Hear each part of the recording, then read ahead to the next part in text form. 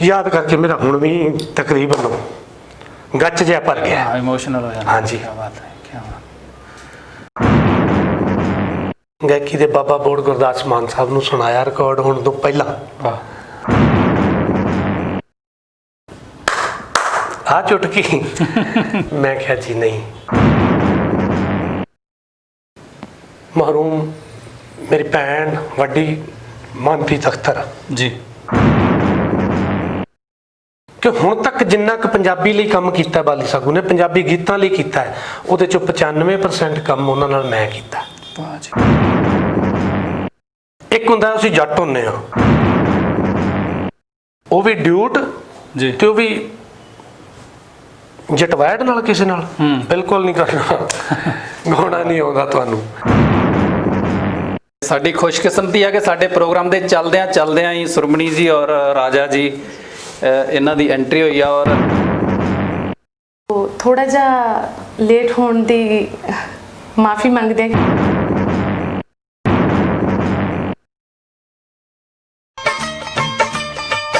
Programme ਹੀਰੇ ਪੰਜਾਬ ਦੇ ਦੇਖ ਰਹੇ ਸਾਰੇ ਦਰਸ਼ਕਾਂ ਨੂੰ ਮੇਰੇ ਵੱਲੋਂ ਜਾਣੀ ਕਿ ਹੈਪੀ ਰੰਦੇ ਵੱਲੋਂ ਇੱਕ ਵਾਰੀ ਫੇਰ ਪਿਆਰ ਭਰੀ ਸਤਿ ਸ੍ਰੀ ਅਕਾਲ। ਤੇ ਦੋਸਤੋ, ਜਿਵੇਂ ਕਿ ਤੁਸੀਂ ਜਾਣਦੇ ਹੀ ਹੋ, ਅਸੀਂ ਬਹੁਤ ਹੀ ਨਾਮਵਰ ਸ਼ਖਸੀਅਤਾਂ ਨੂੰ ਪ੍ਰੋਗਰਾਮ ਹੀਰੇ ਪੰਜਾਬ ਦੇ ਵਿੱਚ ਤੁਹਾਡੇ ਰੂਬਰੂ ਕਰਦੇ ਰਹਿੰਦੇ ਹਾਂ। ਅੱਜ ਅਸੀਂ ਤੁਹਾਨੂੰ ਪੰਜਾਬ ਦੀ ਇੱਕ ਸਿਰਮੌਰ ਦੁਗਾਣਾ ਜੋੜੀ ਬੜੀ ਵਾਰੀ ਕੋਸ਼ਿਸ਼ ਕੀਤੀ, ਕਿਉਂਕਿ ਇੰਨਾ ਰੁਝੇਵਾਂ ਭਰੀ ਉਹਨਾਂ ਦੀ ਜ਼ਿੰਦਗੀ ਹੈ ਕਿ ਬੜੀ ਵਾਰ ਅਸੀਂ ਕੋਸ਼ਿਸ਼ ਕੀਤੀ ਕਿ ਉਹਨਾਂ ਨੂੰ ਮਿਲੀਏ, ਤੇ ਅੱਜ ਫਿਰ ਲੰਘਦੇ ਕੁਦਰਤੀ ਦਫ਼ਤਰ ਉਹਨਾਂ ਦੇ ਪਹੁੰਚੇ। ਮੈਂ ਤੁਹਾਡੇ ਨਾਲ ਕਰਵਾ ਹੀ ਦਿੰਦਾ। ਅਸੀਂ ਹੈਗੇ ਆ ਪ੍ਰਸਿੱਧ ਦੁਗਾਣਾ ਜੋੜੀ ਬਿੱਟੂ ਖੰਨੇਵਾਲਾ ਤੇ ਮਿਸ ਸੁਰਮਣੀ ਜੀ ਦੇ ਦਫ਼ਤਰ। ਕਿਉਂਕਿ ਅਸੀਂ ਅਚਾਨਕ ਆ ਗਏ, ਇਸ ਕਰਕੇ ਅੱਜ ਸਾਡੇ ਨਾਲ ਸੁਰਮਣੀ ਜੀ ਤੇ ਕਿਸੇ ਜ਼ਰੂਰੀ ਕੰਮ ਦੇ ਵਿੱਚ ਬਿਜ਼ੀ ਹੋਣ ਕਾਰਨ ਸਾਡੇ ਨਾਲ ਅਵੇਲੇਬਲ ਨਹੀਂ ਹੈਗੇ। ਲੇਕਿਨ ਪੰਜਾਬੀ ਗੀਤਕਾਰੀ ਦਾ ਉਹ ਥੰਮ, ਪੰਜਾਬੀ ਪੇਸ਼ਕਾਰੀ ਦਾ ਉਹ ਥੰਮ ਔਰ ਪੰਜਾਬੀ ਦੁਗਾਣਾ ਜੋੜੀ ਦੇ ਵਿੱਚ ਇੱਕ ਬਹੁਤ ਹੀ ਸੁਪਰ ਹਿੱਟ ਨਾਮ ਬਿੱਟੂ ਖੰਨੇਵਾਲਾ। ਸਾਡੀ ਖੁਸ਼ਕਿਸਮਤੀ ਹੈ ਕਿ ਅੱਜ ਉਹ ਸਾਡੇ ਨਾਲ ਬੈਠੇ ਨੇ ਤੇ ਤੁਹਾਨੂੰ ਮਿਲਾਉਂਦੇ ਆ ਬਿੱਟੂ ਖੰਨੇਵਾਲਾ ਜੀ ਦੇ ਨਾਲ। ਭਾਜੀ ਸਤਿ ਸ਼੍ਰੀ ਅਕਾਲ। ਸਤਿ ਸ਼੍ਰੀ ਅਕਾਲ ਹੈਪੀ ਭਾਜੀ। ਸਭ ਤੋਂ ਪਹਿਲਾਂ ਤਾਂ ਤੁਹਾਡੀ ਸਾਰੀ ਟੀਮ ਨੂੰ ਨਿੱਘੀ ਜੀ ਆਇਆਂ ਖੁਸ਼ ਆਮਦੀਦ ਵੈਲਕਮ ਆਖਦਾ ਜੀ। ਤੁਹਾਡੇ ਨਾਲ ਆਏ ਸਾਡੇ ਪੰਨੂ ਸਾਹਿਬ ਜਿਹੜੇ ਕੈਮਰੇ ਦੇ ਪਿੱਛੇ ਬਹਿ ਕੇ ਆਪਾਂ ਨੂੰ ਸਾਰਿਆਂ ਦੇ ਰੂਬਰੂ ਕਰਾ ਰਹੇ ਨੇ ਜੀ, ਤੇ ਦਿਲਬਾਗ ਹੁੰਦਲ ਸਾਡਾ ਵੀਰ, ਤੁਹਾਨੂੰ ਸਾਰਿਆਂ ਨੂੰ ਸਾਡੇ ਇਸ ਨਿੱਕੇ ਜਿਹੇ ਗਰੁੱਪ ਵੱਲੋਂ ਬਿੱਟੂ ਖੰਨੇਵਾਲਾ ਤੇ ਮਿਸ ਸੁਰਮਣੀ ਦੇ ਗਰੁੱਪ ਵੱਲੋਂ ਨਿੱਘੀ ਜੀ ਆਇਆਂ ਨੂੰ ਖੁਸ਼ ਆਮਦੀਦ। ਹੀਰੇ ਪੰਜਾਬ ਦੇ ਪ੍ਰੋਗਰਾਮ ਦੇਖ ਰਹੇ ਤੇ ਸੁਣ ਰਹੇ ਸਾਰੇ ਦਰਸ਼ਕਾਂ ਨੂੰ ਸਾਡੀ ਦੋਵਾਂ ਵੱਲੋਂ ਪਿਆਰ ਭਰੀ ਸਤਿ ਸ੍ਰੀ ਅਕਾਲ। ਬਿੱਟੂ ਭਾਜੀ, ਪੰਜਾਬੀ ਦੁਗਾਣਾ ਗਾਇਕੀ ਜਿਹੜੀ ਹੈ, ਜੇ ਆਪਾਂ ਅੱਜ ਤੋਂ 20-25 ਸਾਲ ਪਿੱਛੇ ਜਾਂਦੇ ਹਾਂ ਤੇ ਦੁਗਾਣਾ ਗਾਇਕੀ ਦਾ ਜਿਹੜਾ ਨਾ ਮਤਲਬ 30 ਸਾਲ ਆਪਾਂ ਕਹੀਏ 30 ਸਾਲ ਪਿੱਛੇ ਪੰਜਾਬੀ ਦੁਗਾਣਾ ਗਾਇਕੀ ਹੀ ਪੰਜਾਬੀ ਗਾਇਕੀ ਦਾ ਰੀੜ੍ਹ ਦੀ ਹੱਡੀ ਸੀਗੀ। ਉਹਦੇ ਬਾਅਦ ਇੱਕ ਦੌਰ ਆਇਆ, ਪੰਜਾਬੀ ਦੁਗਾਣਾ ਗਾਇਕੀ ਜਿਹੜੀ ਆ ਉਹ ਅਲੋਪ ਹੋ ਗਈ, ਆਪਾਂ ਕਹਿ ਸਕਦੇ ਹਾਂ ਕੁਝ ਚਿਰ ਲਈ। ਅੱਜ ਦੇ ਦੌਰ ਦੇ ਵਿੱਚ ਬੜੀਆਂ ਸੀਮਤ ਜਿਹੜੀਆਂ ਦੁਗਾਣਾ ਜੋੜੀਆਂ ਨੇ, ਜਿਹੜੀਆਂ ਲੋਕਾਂ ਦੇ ਦਿਲਾਂ 'ਤੇ ਰਾਜ ਕਰ ਰਹੀਆਂ, ਉਹਨਾਂ ਜੋੜੀਆਂ ਦੇ ਵਿੱਚੋਂ ਟੌਪ ਦੇ ਉੱਤੇ ਤੁਹਾਡਾ ਨਾਮ ਆਉਂਦਾ। ਜਿੰਨੀਆਂ ਵੀ ਆਪਾਂ ਕਹਿ ਸਕਦੇ 4-5 ਜੋੜੀਆਂ ਜਿਹੜੀਆਂ ਪੰਜਾਬ ਦੇ ਵਿੱਚ ਜਿਹੜੀਆਂ ਸੁਪਰ ਹਿੱਟ ਨੇ, ਉਹਨਾਂ ਦੇ ਵਿੱਚੋਂ ਤੁਹਾਡਾ ਵੀ ਨਾਮ ਬੜਾ ਚਮਕਦੇ ਹੋਏ ਸਿਤਾਰੇ ਹੋ ਪੰਜਾਬੀ ਦੁਗਾਣਾ ਗਾਇਕੀ ਦੇ ਤੁਸੀਂ। ਬਿੱਟੂ ਜੀ, ਗੀਤ ਤੇ ਤੁਹਾਡੇ ਦਰਸ਼ਕ ਅਕਸਰ ਸੁਣਦੇ ਰਹਿੰਦੇ ਨੇ, ਟੀਵੀ ਚੈਨਲਾਂ ਦੇ ਉੱਤੇ ਤੁਸੀਂ ਛਾਏ ਰਹਿੰਦੇ ਹੋ ਜੀ, ਪਰ ਤੁਹਾਡੀ ਨਿੱਜੀ ਜ਼ਿੰਦਗੀ ਦੇ ਬਾਰੇ ਸਾਡੇ ਦਰਸ਼ਕਾਂ ਨੂੰ ਅਸੀਂ ਜਾਣੂ ਕਰਾਉਣਾ ਚਾਹਾਂਗੇ ਕਿ ਤੁਸੀਂ ਕਿੱਥੋਂ ਦੇ ਰਹਿਣ ਵਾਲੇ ਹੋ। ਬਿੱਟੂ ਖੰਨੇਵਾਲਾ ਵੈਸੇ ਤੇ ਜ਼ਿਆਦਾਤਰ ਲੋਕਾਂ ਦੇ ਇਹੀ ਹੈ ਕਿ ਖੰਨੇ ਦੇ ਰਹਿਣ ਵਾਲੇ ਹੀ ਹੋਗੇ, ਵੈਸੇ ਜੇ ਕੋਈ ਹੋਰ ਕਹਾਣੀ ਹੈ ਤੇ ਉਹ ਵੀ ਥੋੜੀ ਜਿਹੀ ਸਾਂਝੀ ਕਰ ਦਿਓ। ਹਾਂਜੀ ਬਿਲਕੁਲ, ਮੇਰਾ ਜਿਹੜਾ ਜੱਦੀ ਪਿੰਡ ਹੈ ਮਾਨਸਾ ਜ਼ਿਲ੍ਹਾ, ਕਦੇ ਅੱਜ ਨਹੀਂ, ਹਾਂਜੀ, ਕਦੇ ਪੰਜਾਬ ਦਾ ਸਭ ਤੋਂ ਪਛੜਿਆ ਜ਼ਿਲ੍ਹਾ ਗਿਣਿਆ ਜਾਂਦਾ ਸੀ ਜੀ, ਹੁਣ ਨਹੀਂ। ਉਸ ਜ਼ਿਲ੍ਹੇ ਦੇ ਸਭ ਤੋਂ ਪੰਜਾਬ ਦਾ ਅਖੀਰਲਾ ਪਿੰਡ ਹਰਿਆਣੇ ਦੇ ਬਾਰਡਰ ਤੇ ਲਾਸਟ ਪਿੰਡ ਆਲੂਪੁਰ ਪਿੰਡ ਪੈਂਦਾ ਮੇਰਾ। ਵਾਹ ਜੀ। ਕਦੇ ਬਠਿੰਡੇ ਜ਼ਿਲ੍ਹੇ ਦੇ ਵਿੱਚ ਸੀ, ਉਸ ਤੋਂ ਬਾਅਦ 92 ਦੇ ਵਿੱਚ 92 ਸਰਦਾਰ ਬੇਅੰਤ ਸਿੰਘ ਦੀ ਸਰਕਾਰ ਵੇਲੇ ਜੀ 2 ਜ਼ਿਲ੍ਹੇ ਬਣੇ, ਸ਼੍ਰੀ ਫਤਿਹਗੜ੍ਹ ਸਾਹਿਬ ਤੇ ਮਾਨਸਾ ਜੀ। ਇਹ ਉਸ ਜ਼ਿਲ੍ਹੇ ਦੇ ਵਿੱਚ ਮੇਰਾ ਜੱਦੀ ਪਿੰਡ ਹੈ। ਉੱਥੋਂ ਦੀ ਮੇਰੀ ਮੁੱਢਲੀ ਪੜ੍ਹਾਈ ਹੈ। ਉਹਨਾਂ ਗਲੀਆਂ ਦੇ ਵਿੱਚ ਖੇਡਦਾ ਮੈਂ ਹੌਲੀ ਹੌਲੀ ਆਪਣੀ ਜ਼ਿੰਦਗੀ ਦੀਆਂ ਜਿਹੜੀਆਂ ਨੇ ਪਲਾਂਘਾਂ ਪੁੱਟਣੀਆਂ ਸਿੱਖੀਆਂ। ਅੱਜ ਮਾਨਸਾ ਜ਼ਿਲ੍ਹਾ ਜੇ ਗਾਇਕੀ ਦੇ ਵਿੱਚ ਦੇਖੀਏ ਤੇ ਪੰਜਾਬ ਦੇ ਸਾਰੇ ਸੁਪ੍ਰਸਿੱਧ ਗਾਇਕ ਮਾਨਸਾ ਜ਼ਿਲ੍ਹੇ ਨੂੰ ਬਿਲੋਂਗ ਕਰਦੇ ਆ। ਬਿਲਕੁਲ ਜੀ, ਬਿਲਕੁਲ। ਮਾਨਸਾ ਨੇ ਪੂਰੀ ਤਰੱਕੀ ਕੀਤੀ ਹੈ ਗਾਇਕੀ ਦੇ ਵਿੱਚ ਵੀ। ਹੋਰ ਬਾਕੀ ਕੰਮਾਂ ਦੇ ਵਿੱਚ ਵੀ ਮਾਨਸਾ ਦੀ। ਔਰ ਮੇਰੇ ਖਿਆਲ ਹੈ ਬੁਢਲਾਡੇ ਦੇ ਨੇੜੇ ਤੇੜੇ ਤੁਹਾਡਾ ਪਿੰਡ ਕਹਿ ਸਕਦੇ ਆਪਾਂ, ਹਨਾ? ਹਾਂਜੀ, ਮਾਨਸਾ ਦੇ ਵਿੱਚ ਹੀ ਬੁਢਲਾਡਾ ਵੀ ਤਹਿਸੀਲ ਆਉਂਦੀ ਹੈ। ਉਸ ਤੋਂ ਅੱਗੇ ਸਰਸਾ ਰੋਡ ਦੇ ਉੱਤੇ ਸਰਦੂਲਗੜ੍ਹ ਤਹਿਸੀਲ ਪੈਂਦੀ ਹੈ। ਸਰਦੂਲਗੜ੍ਹ ਦੇ ਨੇੜੇ। ਹਾਂਜੀ, ਸਰਦੂਲਗੜ੍ਹ ਸਾਡਾ ਸ਼ਹਿਰ ਪੈਂਦਾ। ਇਹ ਗੱਲ ਵੀ ਨੋਟ ਕਰਨ ਵਾਲੀ ਹੈ ਜੀ ਕਿ ਬਿੱਟੂ ਖੰਨੇਵਾਲਾ ਜੀ ਦਾ ਜਿਹੜਾ ਜਨਮ ਹੈ ਤੇ ਬਚਪਨ ਹੈ ਉਹ ਖੰਨੇ ਦਾ ਨਹੀਂ ਹੈ। ਨਹੀਂ, ਮੈਂ ਬਚਪਨ ਮੇਰਾ ਖੰਨੇ ਦਾ ਨਹੀਂ, ਜੱਦੀ ਪਿੰਡ ਮੇਰਾ ਉਹ ਹੈ। ਬਚਪਨ ਜਿਵੇਂ ਮੇਰੇ ਨਾਨਕੇ ਨੇ ਜੀ ਇੱਥੇ ਜੀ, ਖੰਨੇ ਦੇ ਬਿਲਕੁਲ ਨਾਲ, ਖੰਨੇ ਦੀ ਜੜ ਦੇ ਵਿੱਚ ਸ਼ਾਹਪੁਰ ਪਿੰਡ ਪੈਂਦਾ ਹੈ ਜੀ। ਖੰਨਾ ਜ਼ਿਲ੍ਹਾ ਲੁਧਿਆਣਾ ਦੇ ਵਿੱਚ ਪੈ ਜਾਂਦਾ। ਇੱਥੋਂ 3.5-4 ਕਿਲੋਮੀਟਰ ਤੇ ਅਮਲੋਹ ਰੋਡ ਤੇ ਮੇਰਾ ਪਿੰਡ ਪੈਂਦਾ ਸ਼ਾਹਪੁਰ, ਜੋ ਕਿ ਸ਼੍ਰੀ ਫਤਿਹਗੜ੍ਹ ਸਾਹਿਬ ਦਾ ਪਿੰਡ ਹੈ, ਉਸ ਜ਼ਿਲ੍ਹੇ ਦੇ ਵਿੱਚ ਆਉਂਦਾ ਹੈ। ਤੇ ਇੱਥੇ ਮੇਰੇ ਨਾਨਕੇ ਹੋਣ ਕਾਰਨ ਮੇਰਾ ਜਨਮ ਨਾਨਕੇ ਘਰ ਦਾ ਤੇ ਮੇਰਾ ਜਿਹੜਾ ਪਾਲਣ ਪੋਸ਼ਣ ਹੈ ਉਹ ਮੇਰਾ ਆਲੂਪੁਰ ਹੋਇਆ। ਜੀ ਜੀ ਜੀ ਜੀ। ਆਲੂਪੁਰ ਪਿੰਡ ਦੀਆਂ ਗਲੀਆਂ ਦੇ ਵਿੱਚ ਖੇਡ ਕੇ ਤੇ ਬਿੱਟੂ ਜਿਹੜਾ ਉਹ ਖੰਨੇ ਵਾਲਾ ਬਣ ਗਿਆ।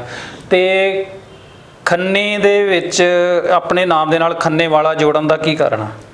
ਸੰਗੀਤਕ ਗਤੀਵਿਧੀਆਂ ਦੇ ਨਾਲ ਮੇਰੇ ਖਿਆਲ ਦਾ ਸੰਬੰਧ ਹੋਏਗਾ ਕੋਈ? ਹਾਂਜੀ, ਕੁਦਰਤੀ ਤੌਰ ਤੇ ਹੈ ਕਿ ਮੈਂ ਸਨ 90 ਦੇ ਵਿੱਚ ਜੀ ਖੰਨੇ ਸ਼ਿਫਟ ਕਰ ਗਿਆ, ਆਪਣੇ ਨਾਨਕੇ ਪਰਿਵਾਰ ਦੇ ਵਿੱਚ ਆ ਗਿਆ ਜੀ। ਮੇਰੇ ਪੇਰੈਂਟਸ ਬਚਪਨ 'ਚ ਹੀ ਕਹਿ ਲਓ, ਤੁਸੀਂ ਕਹਿ ਸਕਦਾ ਮੈਂ, ਸਿਰ ਤੋਂ ਉੱਠ ਗਏ ਤੇ ਨਾਨਕਿਆਂ ਨੇ ਮੈਨੂੰ ਪਾਲਿਆ ਜੀ। ਨਾਨਕਿਆਂ ਨੇ ਮੇਰੀ ਅਗਲੀ ਜ਼ਿੰਦਗੀ ਹੈ ਜਿਹੜੀ ਇੱਥੇ ਰਹਿ ਕੇ ਮੈਂ ਸਿੱਖੀ। ਮੇਰੇ ਮਾਪਿਓ ਹੁਣ ਮੇਰੇ ਨਾਨਕੇ ਹੀ ਨੇ ਜੀ। ਅਸੀਂ 2 ਭਰਾ ਜੀ। ਤੇ ਇੱਥੇ ਕਹਿ ਲਓ ਪਿੰਡ ਤੇ ਸ਼ਾਹਪੁਰ ਹੀ ਸੀਗਾ ਜੀ। ਮੈਂ ਆਪਣੀ ਮੈਰਿਜ ਤੋਂ ਬਾਅਦ ਖੰਨੇ ਸ਼ਹਿਰ ਦੇ ਵਿੱਚ ਰਹਿਣ ਲੱਗ ਪਿਆ। ਅੱਛਾ ਜੀ। ਖੰਨੇ ਸ਼ਹਿਰ 'ਚ ਬੱਚਿਆਂ ਦੀ ਪੜ੍ਹਾਈ ਕਰਕੇ ਰਹਿਣ ਲੱਗ ਗਿਆ। ਬੇਟੀ ਸੀ ਛੋਟੀ ਤੇ ਇੱਥੇ ਸ਼ੁਰੂ ਕੀਤਾ।